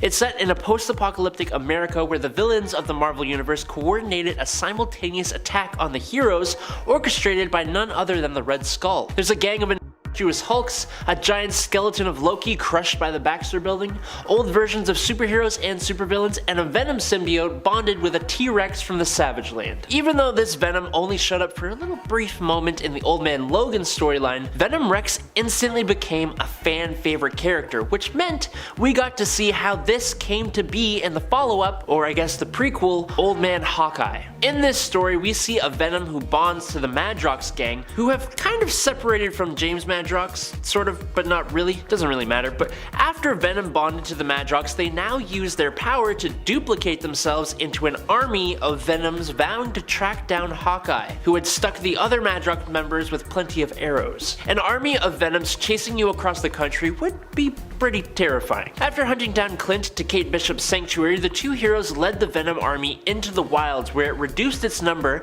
but then a random T-Rex from the Savage Land attacked the symbiote?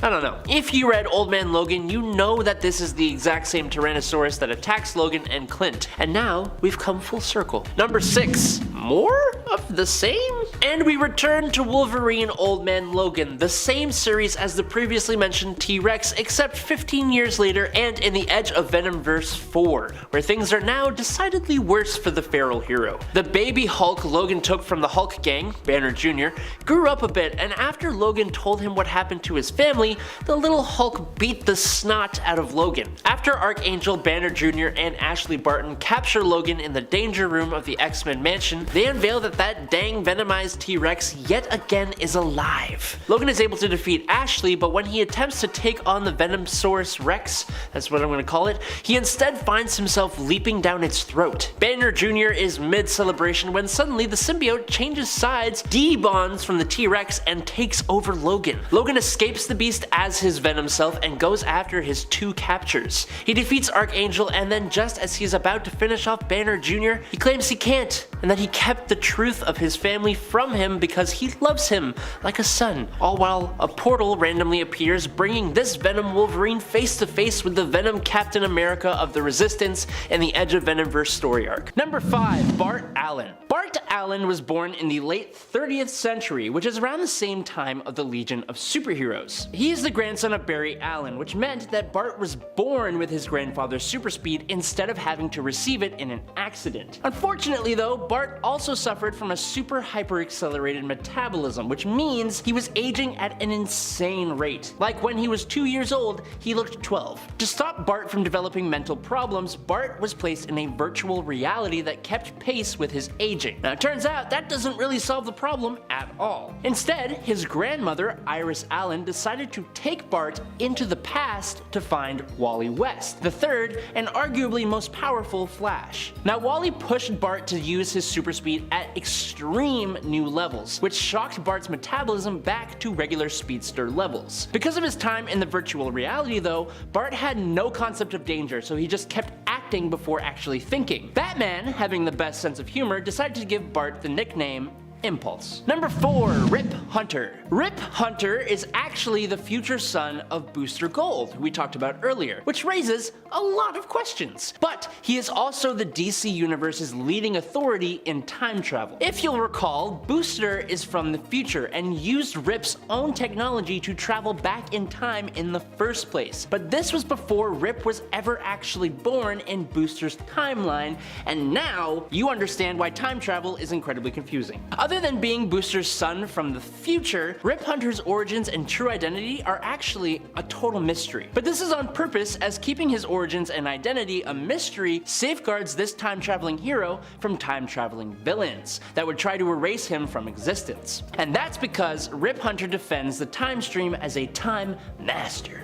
Very cool. In his earliest appearances, his portrayal was more in line with the serial type of adventure he was involved in, so more adventure-based stories than a true superhero, until the 1980s when he became much more focused on the future implications of present events, which led to a worldwide apocalyptic event, and it was his obsessive goal to try and stop it. Now more recently though, his origins seem to suggest that he is from the 25th century, and now he's more of a protective overseer. But in all his iterations, he's cool as hell, and how could he not be with a name like Rip Hunter? Super cool. Number 3, 5. Number 5 was one of the 43 children born at once, and one of the 7 children adopted by Sir Reginald Hargreaves in Dark Horse Comics' Umbrella Academy. 5 has the natural born ability to travel through time. While he isn't technically from the future, at the age of 10, 5 traveled 20 years into the future and found himself in an apocalyptic wasteland, forcing him to spend decades trying to travel back to his native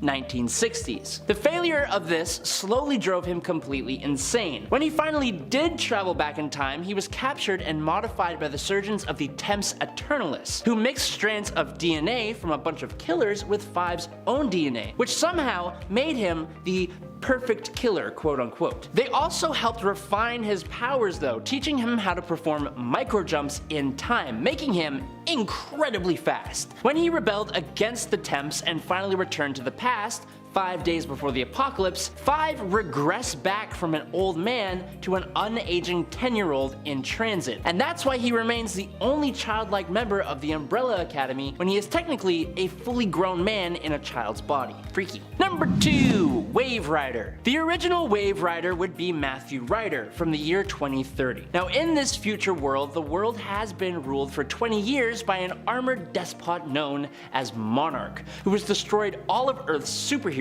Ryder was rescued from a collapsing building as a child by an unknown superhero, which inspired him to fight back as an adult. Knowing that Monarch had once been a hero before some unknown event turned him to evil, Ryder volunteers as a time travel test subject in hopes of traveling to the past and preventing Monarch from ever coming to exist in the first place. But where other similar experiments failed, his succeeded. Matthew entered the time stream and became Wave Rider, able to move back and forth through time as well as see people's most likely futures by touching them, which is super cool. And finally, in at number 1, it's Kiyoshi Morales. When a group of 5 Captain Americas from different realities are brought together in Captain America Corps number 1 from 2011, we get a look at Kiyoshi Morales, the great-grandnephew of Luke Cage and the 25th century's Commander A, which I'm sure the A stands for America. Kiyoshi is a much more physically imposing character, standing at what looks like almost 7 feet tall, and he was definitely the most physically imposing Captain America among the Captain Americas gathered. Instead of using a vibranium shield, Kiyoshi's suit can generate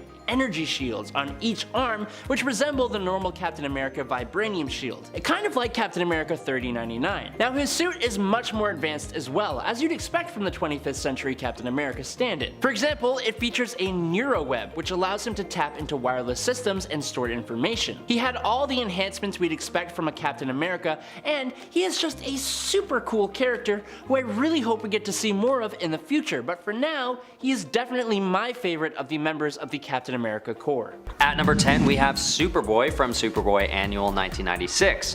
In a distant future, the Superboy mantle is taken up by a being named Quetzal, who comes from the planet Aztlan. And instead of the classic origin story, this future world gives the title of Superman to those selected as champions by the god Quetzalcoatl, which is basically a giant flying snake that seems to be based on an ancient religious text from Aztec culture, but that's just how Superman gets his name. Superboy is the apprentice to that champion known as Superman in this storyline. He's pretty short-lived, naturally only lasting the one annual issue, but he's got a cool new costume design and has a different cultural background than the Superboy we're used to, which is interesting to see. At number 9, we have Superman from Superman Man of Steel Annual 1996. Side note, in case you didn't already know, there was a crossover spanning through all of the DC annuals in 1996 called Legends of Dead Earth, which framed DC stories in a dystopian future. So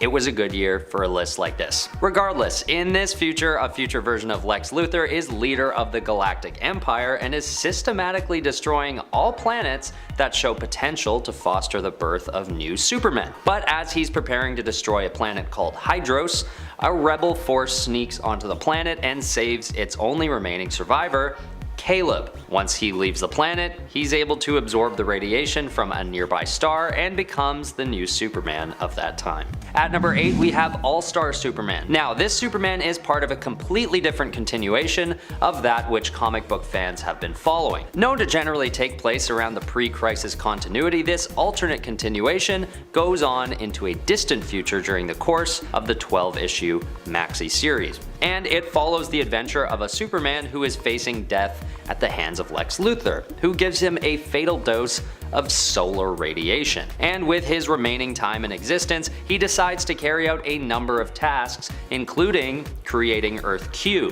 which refers to the real timeline that we're used to, and repairing the sun as well, which he does by flying right into it, sacrificing himself in the process. This version of the hero is back to basics. He comes off as very simple and relaxed in his demeanor, without the burdens of past traumatic adventures from the current timeline. At number 7 is the Superman from Last Night on Earth. In this Elseworld future, the world is in a very dark place as a result of global warming, and Lex Luthor and Superman are debating over good and evil, with a very brutal consequence on the line for the losing party: getting impaled by kryptonite. And the judges who choose the winner, all of humanity of course. And although it appears that Superman has won the debate by the end, humanity chooses to impale Superman instead of Lex Luthor, leaving him, well, dead. The following events take place as a result of his death and is largely considered more of a Batman storyline, but for a time there we catch a glimpse of yet another futuristic version of Superman, one who chooses to use his words over his fists, I guess.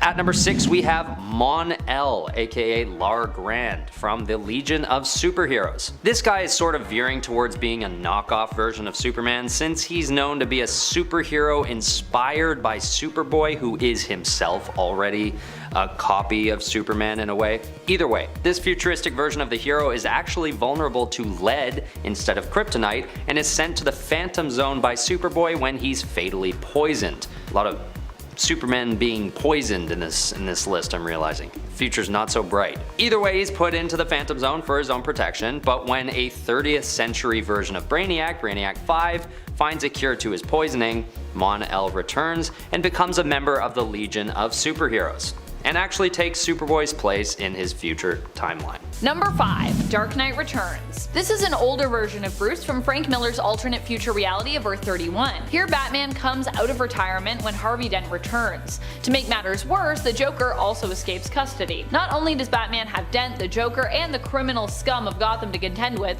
but Superman is also after him as well. In this reality, Superman had become a government hero, becoming the loyal ally to the President of the United States. Kind of like his guard dog, really. And the President of the United States does not take too kindly to Batman's return. In the end, the two must face off in a famous fight that would go on to inspire multiple narratives, including the Batman v Superman film from the DCEU. Number 4. Damian Wayne. One of the darkest Batmen to arise would be Damian Wayne's Batman. Damian takes up the cape and cowl in a possible future story featured in Batman issue 666, Get it? 666. Known as Batman in Bethlehem. Batman in Bethlehem is a story where in the future, Damian Wayne sells his soul to Satan in order to ensure Gotham's protection. This drastic measure happens in a world where people really are looking for some kind of security as climate change, war, and acts of terror threaten the entire planet, turning it into a hellish futuristic landscape. This future version of Damian, who becomes Batman, also seems to be impervious to gunfire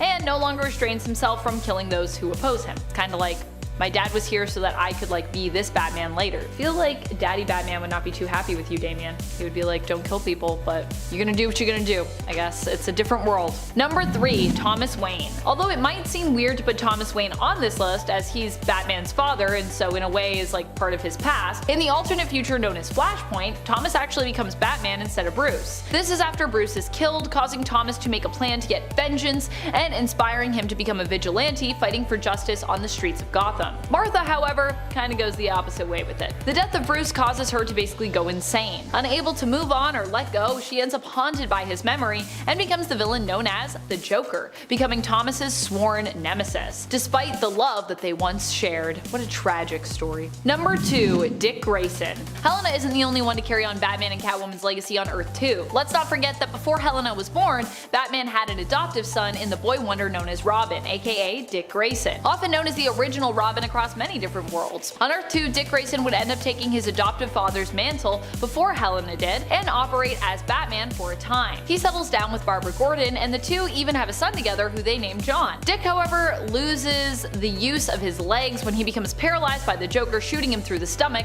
which damages his spine. Sound familiar? Dick would later become Oracle. In this reality, Barbara ends up as a cop who gets shot and dies while attempting to help her family flee Darkseid's invasion. Their son John grows up to become his Aunt Helena's sidekick Robin. Super cute.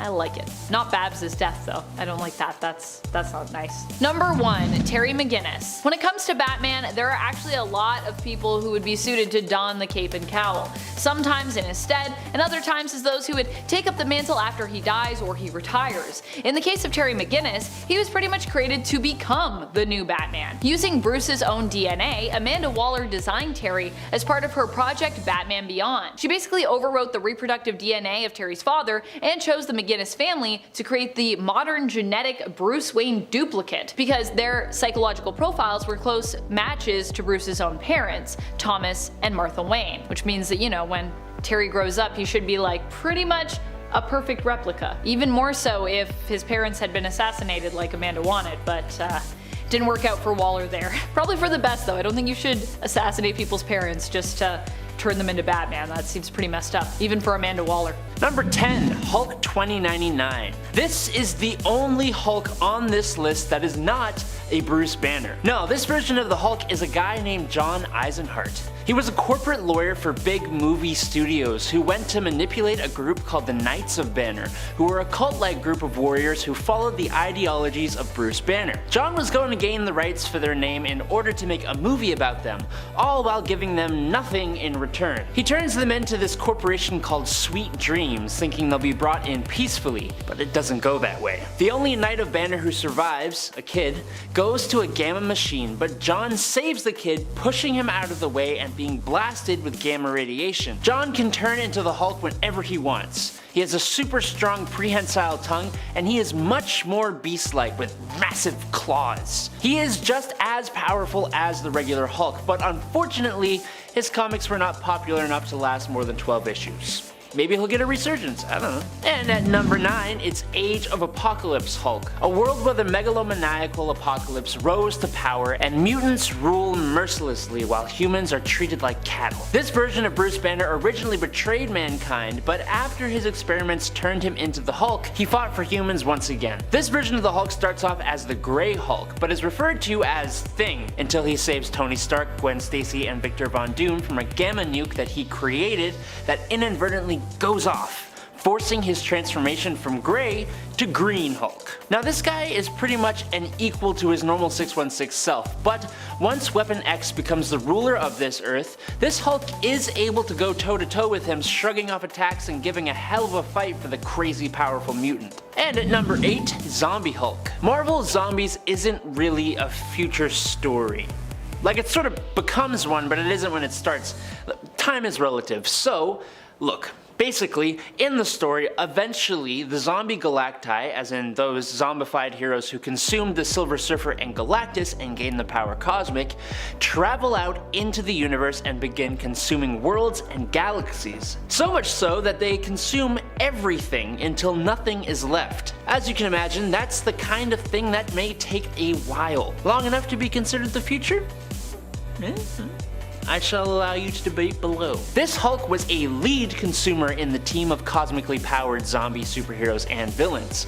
So much so that when they ran out of people to consume, zombie Thanos blamed Hulk for eating more than his fair share, to which zombie Hulk decided he had enough of Thanos and put him out of commission. Number 7. Lizard Hulk. In the alternate future of the Spider Island story, the whole of New York City has been taken over by a villain known as the Spider Queen. The Spider Queen has infected almost all inhabitants of the city, including all of the heroes, with a virus that turns them into mindless spider zombie-like slaves under her control. Luckily, there's a group of heroes who make a resistance to this villainous Spider Queen. Most notable among them would be Eugene Flash Thompson, or Agent Venom. Agent Venom eventually realizes that if he subjects some of these spider hybrid heroes to a different DNA tampering process, like for example the Lizard Serum or even the Green Goblin Serum, that it will override the spider transformation, effectively curing the patients. When a group of spider heroes, including the Spider Hulk,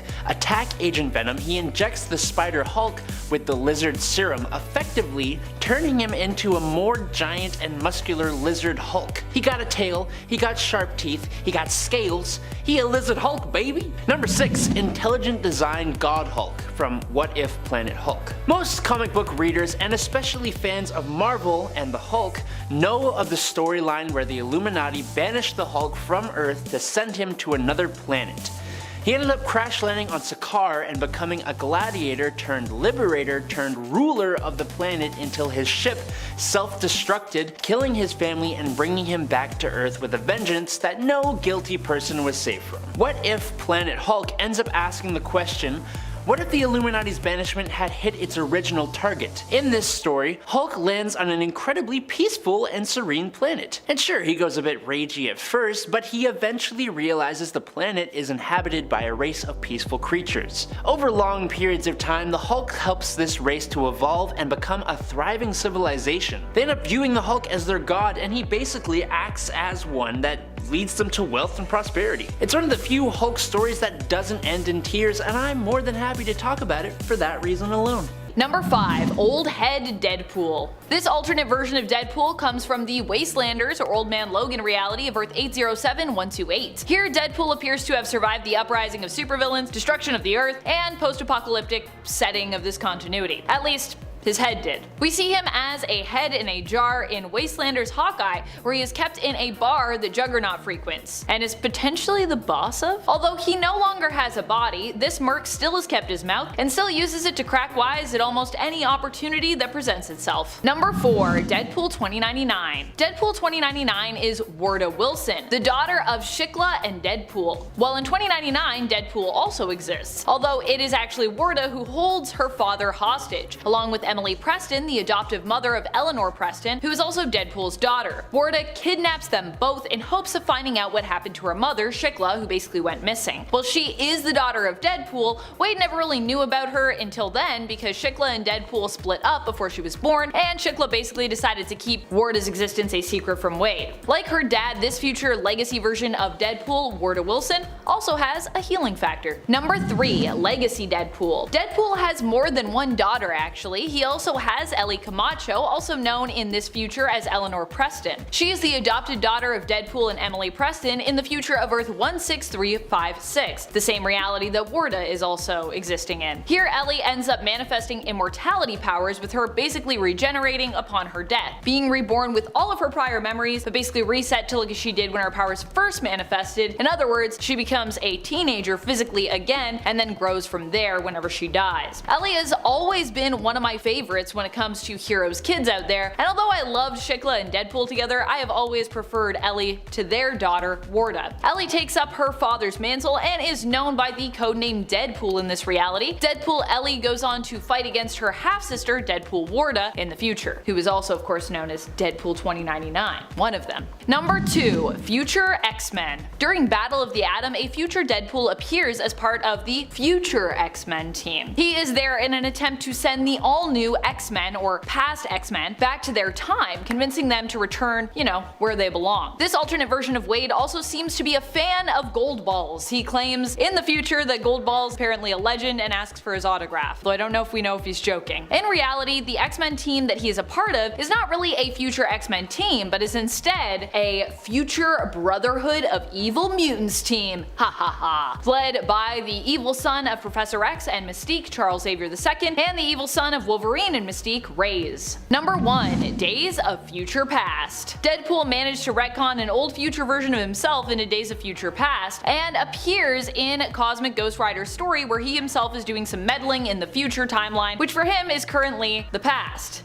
Does that make sense? Have I lost you yet? I feel like time travel, we lose everyone at some point. Still, Cosmic Ghost Rider decides to call it the future to simplify, so I think it's fair that we do so too. Here, Deadpool appears to have somehow become the leader of the X-Men. His original plan was to send Kitty Pryde back in time, but when Cosmic Ghost Rider steals the valuable jammer component she was meant to transport to help prevent the bleak dystopian future, Deadpool decides to send Cosmic Ghost Rider back in time instead. This all goes down in the series Cosmic Ghost Rider destroys Marvel history in issue number 3. What is your favorite future alternate version of Deadpool? Do you like when Deadpool gets all timey-wimey with his alternates, or do you just prefer when they are just from alternate worlds and have just distinct differences, like Lady Deadpool, or Evil Deadpool, or Panda Deadpool? Panda Pool? Kicking off the list at number 10, we have Abracadabra. AKA Citizen Abra, he began his magical days as a Flash villain, first appearing in comics in The Flash issue 128. He's from the future, of course, like most of these guys are, but it's a future where, sadly, magic shows aren't a thing anymore. Yeah, sorry David Blaine, gotta get a new job. He's from the 64th century, and technology has become so advanced that pulling a rabbit out of a hat just simply won't cut it anymore. I heard about the time machine powered by M-Metal, he just had to get his glittery magician hands on it. It was only capable of one trip, so Abra snuck into the laboratory and shot back in time to the 20th century, where magicians were still celebrities, like Chris Angel or David Blaine or David Copperfield or, the other ones. He would use technology from his timeline well beyond what we're capable of and then blow our minds in these magic shows. The shows were going well at first until people got bored, then they were actually more interested in this new statue being built in town, so he figured the next logical way of getting attention was to start stealing things, starting with this fancy new statue. He kept stealing, and he kept stealing after that, and he kept using his future tech to evade capture, so when it comes to magicians, Abracadabra is very committed to the craft, in the future or the past. Number 9. Gorr, the God Butcher. The God Butcher will be played by Christian Bale in the upcoming Thor Love and Thunder sequel, and yes, he is a time-traveling menace as well. He made his first appearance in Thor God of Thunder issue 2. He was born on a planet with no name, which is always a great sign. Gorr lost his parents when he was very young, and he was told to pray to these gods, because they would always make things better, these glorious gods. And then after getting a wife and son, death kept looming over, and he lost both of them as well. Really tragic stuff. So now he's a little bit more than upset at these gods. He wants them to answer or to pay, one of the two. With the all-black Necrosword powers, he heads out for revenge on these gods, but in the past. He would use the Pool of Forever to travel back in time and make these attacks happen. He would use the Pool of Forever to go back in time and then attack all these gods when they were babies, right? So it took different versions of Thor from different timelines just to put a stop to Gorr the God Butcher. So with this new Thor movie coming out, including Natalie Portman, Mjolnir, Lady Sif, I feel like it's going to be a cosmic headache and do some time stuff in there as well. But in Taika, we trust.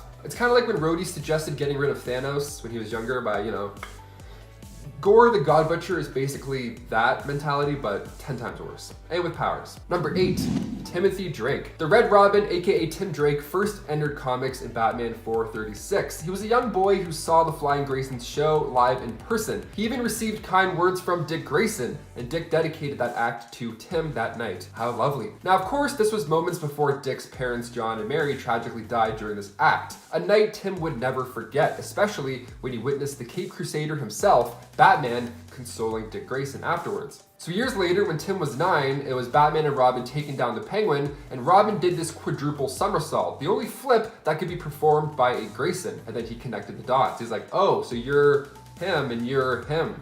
Got it. Tim followed them around for a while, and then after Jason's death, Tim suited up himself as the third Robin. But in the Titans Tomorrow storyline, we see the Teen Titans travel to the 31st century to assist the Legion of Superheroes, and when they return, they accidentally end up 10 years in their future. So they meet older, darker future versions of themselves, including Timothy Drake, now going by Savior. This version of Tim is ruthless. He even carries around with him Joe Chill's gun to help get the job done. So when the team gets back to their real timeline, they swear to never become their dark counterparts, and they split up. But, like I said earlier, this split up is actually what ends up causing the dark versions of themselves to happen in the first place. Time!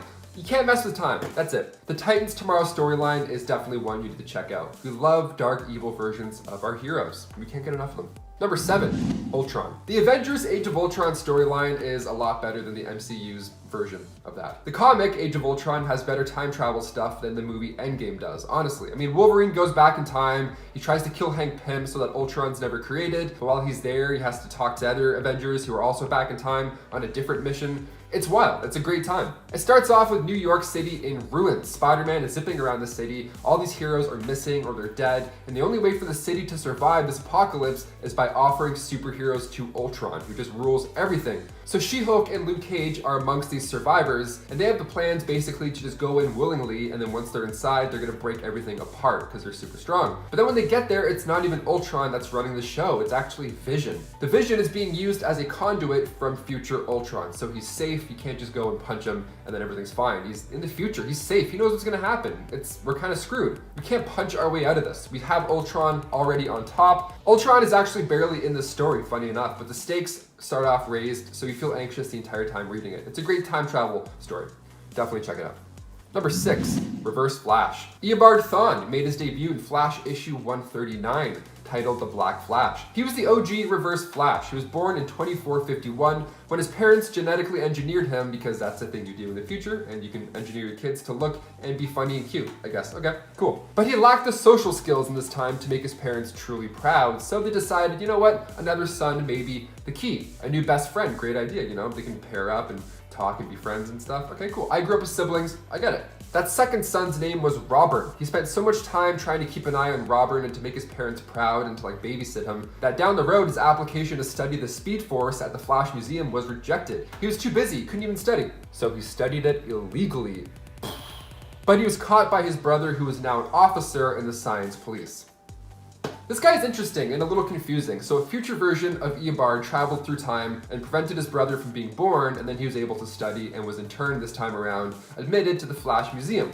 Great. But then when Professor Drake was on the verge of proving the existence of the Speed Force, Eobard has trained his whole life for this, so he wanted to collab, but Drake said no. He wanted to do it solo. So he traveled back in time again and eliminated Professor Drake from the equation. So next time around, there's no Drake, there's no problem. Now Eobard is the professor at the Flash Museum and was nicknamed Professor Zoom. Reverse Flash is responsible for the death of Barry Allen's mother and his wife Iris West. He just rips timelines and the Flash's life to pieces. That's his whole thing.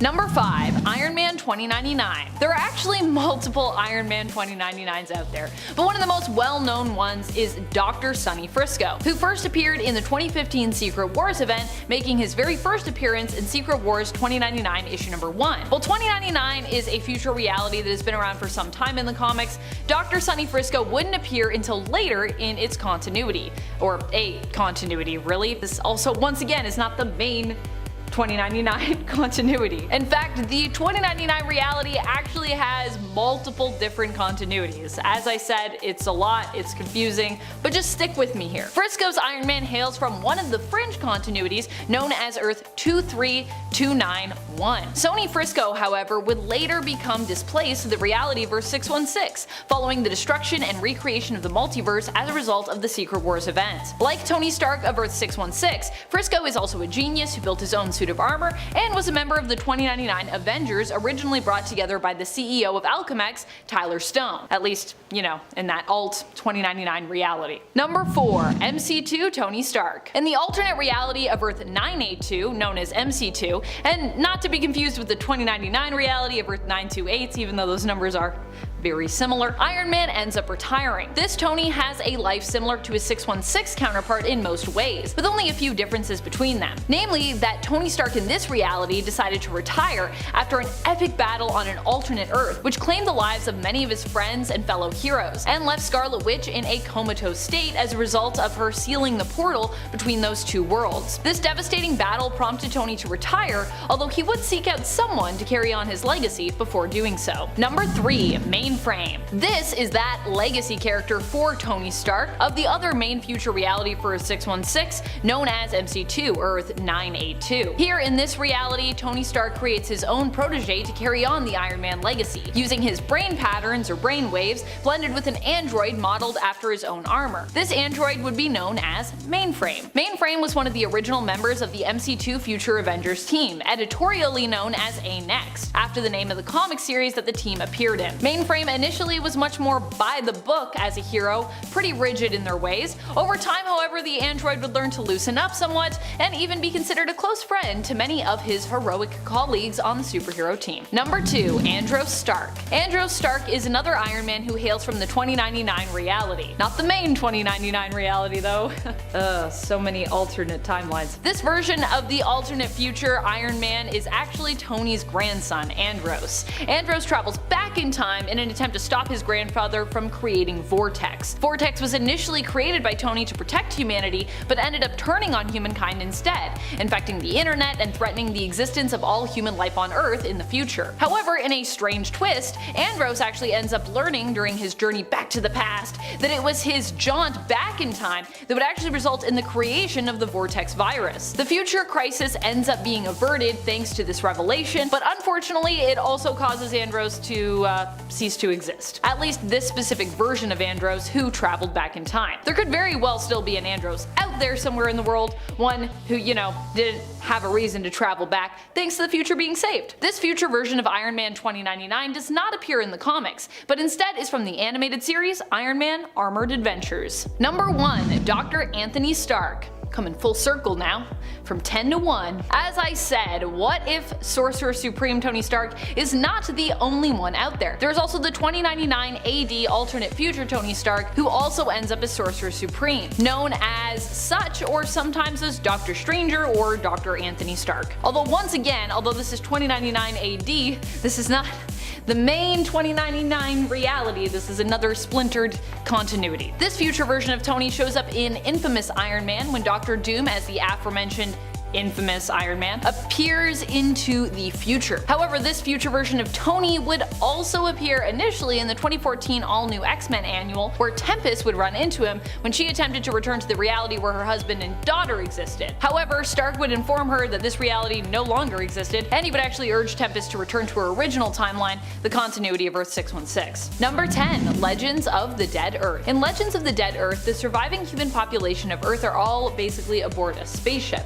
which drifts kinda aimlessly through space as it's lost its heading. The humans have also been on the spaceship so long, they basically forgot there's even a world outside. However, Batman rises up among them to become a hero and help them once again find their way. This Batman is not the Batman, Bruce Wayne, but instead a well-meaning citizen on the spaceship who learns the truth about how they are basically lost. He takes up the mantle of the hero from old folklore, known as Batman, and inspires a girl aboard the ship named Tris Plover to help him in his fight to fix the ship's navigation system. It's actually a really depressing story though, because in the end she's like, man, I'm not gonna be alive to get to this planet. What's the point of anything? Number 9. Saint Batman. Saint Batman was the name Azrael took up in one of the Dark Multiverse alternate realities. Here, Azrael had taken up the cape and cowl in Batman's stead after his back was broken by Bane, but refused to give back the mantle, and instead of Batman defeating Jean-Paul and taking the mantle back, Azrael basically won that fight, keeping it. He turned Bruce into a shadow of his former self, removing all his limbs and keeping him alive through kind of a cybernetic life support thing, which also seemed to cause Bruce extreme pain. Years later, Bruce is saved by the son of Talia al Ghul and Bane. However, it turns out in rescuing Batman and later defeating Azrael, they really just swapped out one awful tyrant for an even worse one. And friends, before we head on to the next point, if you are loving this list, we would love if you headed over to our Facebook page and gave it a like and a follow. It really does help us out over here at YouTube, so thank you. Number 6. Jace Fox. Jace becomes Batman in the possible future we get a glimpse into through DC's Future State event. In this event, Jace Fox, also known as Tim Fox, one of the children of Batman's ally Lucius Fox, ends up becoming Batman in a cyberpunk dystopian future where Gotham has become a police state. Jace is a mysterious figure but stumbles upon Batman's tech and decides to try and use it to do some good, despite the fact that at this point all masks are outlawed in Gotham. Jace Fox keeps his vigilante deeds and persona a secret from the rest of the Fox family. Many of his combat skills come from his life as a mercenary and from Katana, who he was once a protege of. Number 7. Justice League of Assassins. In the alternate future reality of Earth 14, the JLA is a little bit different. Instead of being the Justice League of America, they are known as the Justice League of Assassins, which still perfectly fits that same acronym, so yay. JLA. Like in the main reality, Batman also ends up joining this team. The world they live in seems to be a post-apocalyptic war zone when we see the JLA in issue number 15 of the 2016 Superman series. Despite their most valiant efforts, the Justice League of Assassins, including Batman, end up defeated and killed by the Prophecy. Batman actually ends up losing his head as a result of this fight. He's like the first one to go. Gets his head shot clean off. At least he still gets to finish what he was saying though. As his head pops off. Number 6. Helena Wayne. In the alternate future reality of Earth 2, it is Helena Wayne, Batman and Catwoman's daughter, who lives on to carry on the Batman legacy. Helena Wayne is often known by the name Huntress, not to be confused with Helena Bertinelli, the Huntress of the main continuity, but eventually goes on to take up her father's mantle of Batman. Yeah, not Batwoman, just Batman. Kinda love it. We haven't gotten to see too much of Helena's Batman in action, but I have always loved the idea of Catwoman and Batman settling down together and having a daughter who would one day be inspired to carry on their legacy and become a hero using either of their superhero names in their honor. Halfway through and in number 5, Captain America 3099. Being used as a skin in the game Marvel Future Fight, Captain America 3099 is in essence Captain America, but make it RoboCop. He has a holographic shield that still actually works like a shield, but is probably one of the coolest and weirdest versions of Captain America I've ever seen. It looks really sweet, and I'd love to see someone cosplay this. Like maybe I'll be able to like grab a piece of like acrylic or something and make the shield myself, because like you can put the LEDs and stuff. It's dope. But he is after all the same old Captain America, so pretty powerful, but not as powerful as some other heroes. But I'm actually serious though, someone needs to make this shield. Whether it's the Hacksmith or Odin makes or something, I'll make this shield, okay? I will happily do my best to get the rest of the costume together, because this is like my next goal. And at 4, Old Man Logan. The dystopia in Old Man Logan is about as screwed up as it gets. It was, after all, the inspiration behind the Logan movie, if you didn't already know. The original comic run of this story was all about Logan and a blind Hawkeye traveling across a country that had been completely conquered by supervillains. Those villains included the Abomination, Magneto, Doctor Doom, and Red Skull. The other villains that appear also include a venomized T-Rex. No, I'm not kidding. And the Hulk gang, which is a whole other can of worms I don't really want to get into. Eventually though, Hulk and Logan have one final face-off, toe-to-toe, shot for shot, and Logan ends up decapitating the Hulk and then is on his way, finding a new sense of purpose, wanting to take the country back from the supervillains who took control, which is a noble yet probably lost cause, because let's be honest, would he really have won in that scenario? I don't think so. And at 3, Maestro. Speaking of the Hulk, Maestro from the Future Imperfect storyline is actually the version of Hulk present in the Old Man Logan series. First appearing in the Incredible Hulk Future Imperfect #1 from 1992, Maestro possesses Bruce Banner's intelligence and the Hulk's more malevolent personality traits. After a devastating nuclear war destroyed most of the human race, the radiation from the war ended up basically supercharging the Hulk, turning him into an even more powerful version. He then ended up violently interacting with his cousin, She-Hulk, which resulted in the birth of the Hulk gang. Yeah, I know I said I didn't want to get into it, but at this point I kind of have to explain this. This is absolutely terrifying, because while Hulk is already a freaking monster, add more radiation, more power, and the destruction of a whole country, and Bruce Banner's intelligence, there's certainly something to be scared of. Not only that, but this was in 1992. They ran this story along with the whole Hulk gang thing in 1992. Nobody would do this now, let alone 1992. That just seems like that's insane to me. Penultimately, and at number 2, Kingdom Come Superman. Yet another world where Lois Lane dies, except this time it's directly at the hands of the Joker, who had flooded the Daily Planet with his own toxin, killing everyone but Lois, who had managed to locate a gas mask. However, she tried to attack the Joker, but then Joker cracks her skull. Superman returns and Lois succumbs to her injuries and dies. As the Joker arrives for his trial though, he's killed by a new superhero called Magog. But then, Magog ends up being acquitted of his charges, which just makes Superman appalled, because, you know, the public is embracing a killer. But I mean, like, let's be honest, they do that anyway.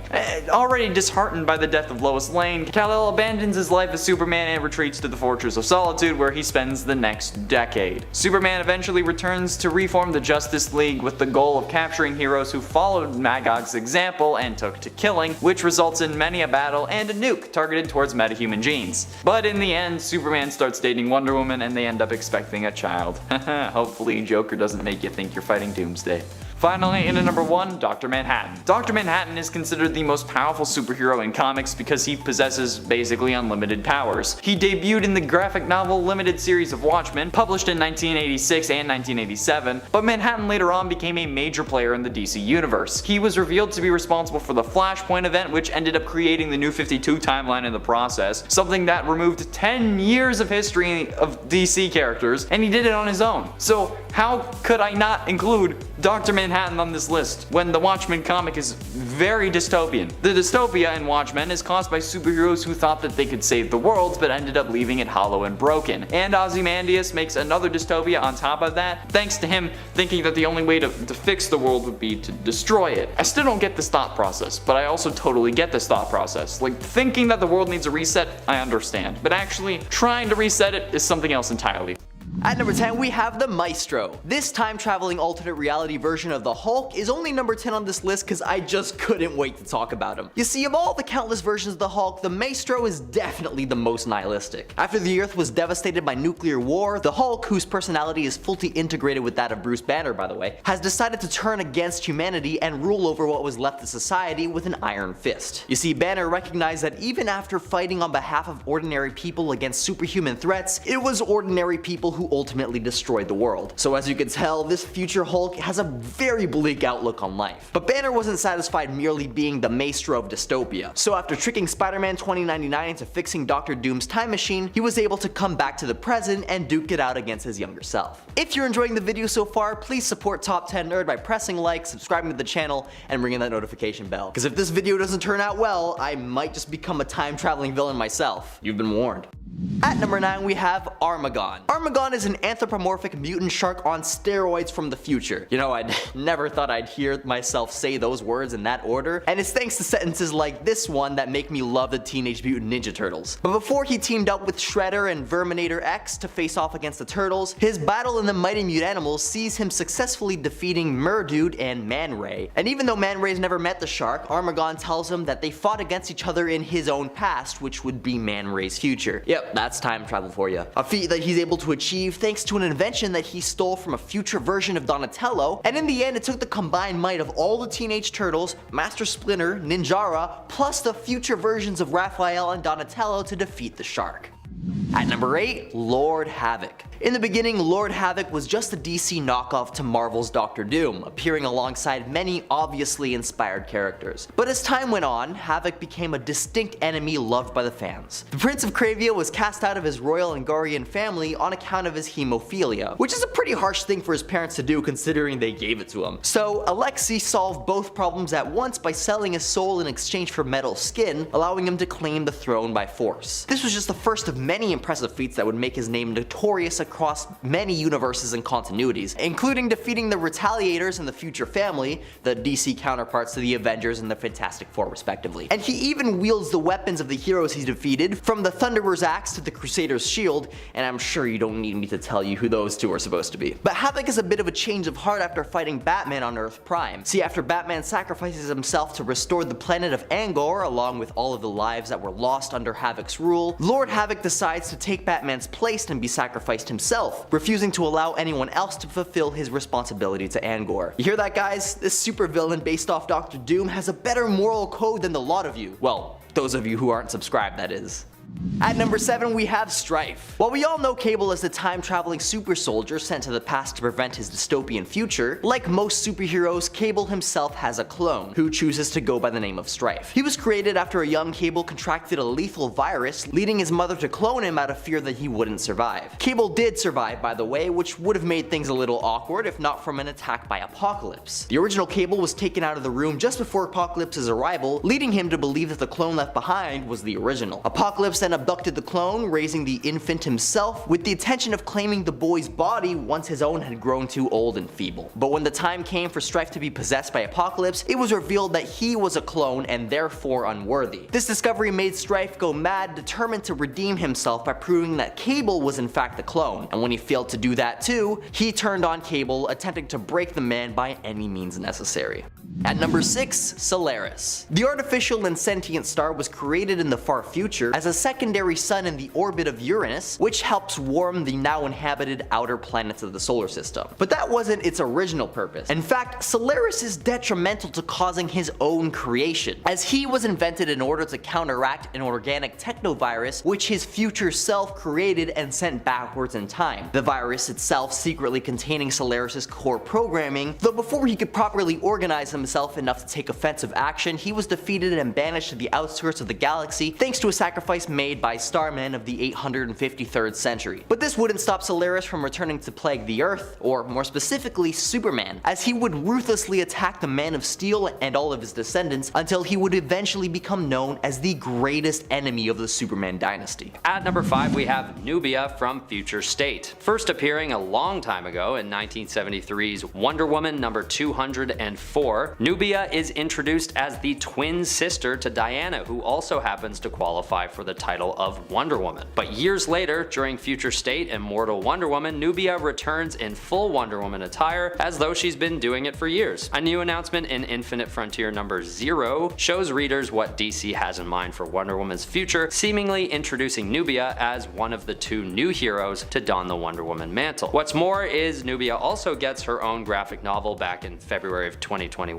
which explores her upbringing set in a modern human world. At number 4 we have the Diana from Wonder Woman Evolution. This is the most recent future version of Wonder Woman on this list, currently being published in 2022. This futuristic storyline tells the story of Wonder Woman being taken away from Earth by a distant cosmic entity and forced to face off in challenges to prove the worthiness of Earth and its inhabitants, and the stakes to allow Earth to continue existing in the universe. There isn't much to be said about this version of the hero because she's just kind of getting started, but we can confirm that she is kicking ass and taking no prisoners as she continues to fight as Earth's delegate. And whatever this situation ends up building up to will be determined as the year goes on. So keep up with Wonder Woman Evolution. Get a copy now, there's only 8 issues out so far. At number 3 we have Wonder Woman from Wonder Woman Dead Earth. This version of the hero is faced with a dismal future after waking up from a centuries-long sleep. She wakes to the world in an apocalyptic state inhabited by mutated beings known as the Hydra. But considering how far into the future it is, Diana's JLA partners are all long gone and she's forced to face this brutal future wasteland on her own. The story is only told in 4 issues, but it takes on a grittier approach to the character of Wonder Woman, depicting her as much less dignified and put together than usual. But she manages to pull together her inner strength, and with the help of a deceased Batman's utility belt, she goes on into the wasteland to face off against massive beasts, partake in a gladiatorial arena, and eventually come into contact with a withered, robotic Superman, who actually helps in giving Diana a final boost of power to defeat a massive Hydra beast. It's one of the more unique depictions of the character on the list, and just in general, with some great artwork too. Go take a look if you haven't already. At number 2 we have Cassandra Sandsmark from the Titans of Tomorrow. Known more commonly as Wonder Girl, Cassandra does indeed have a run as Wonder Woman in the future. First seen in Teen Titans Volume 3, Issue 17, the Titans of Tomorrow come about after a present-day version of the Teen Titans from New Earth travel 10 years into the future and see a grim reality. The USA has been split into East and West, and their future selves have adopted a more relentless approach to justice. And during what's known as a Great Crisis, most of Earth's main heroes have died, leaving jobs open for these future Titans. Even though this is a more brutal version of Wonder Woman, it is interesting to see Cassandra take on the mantle,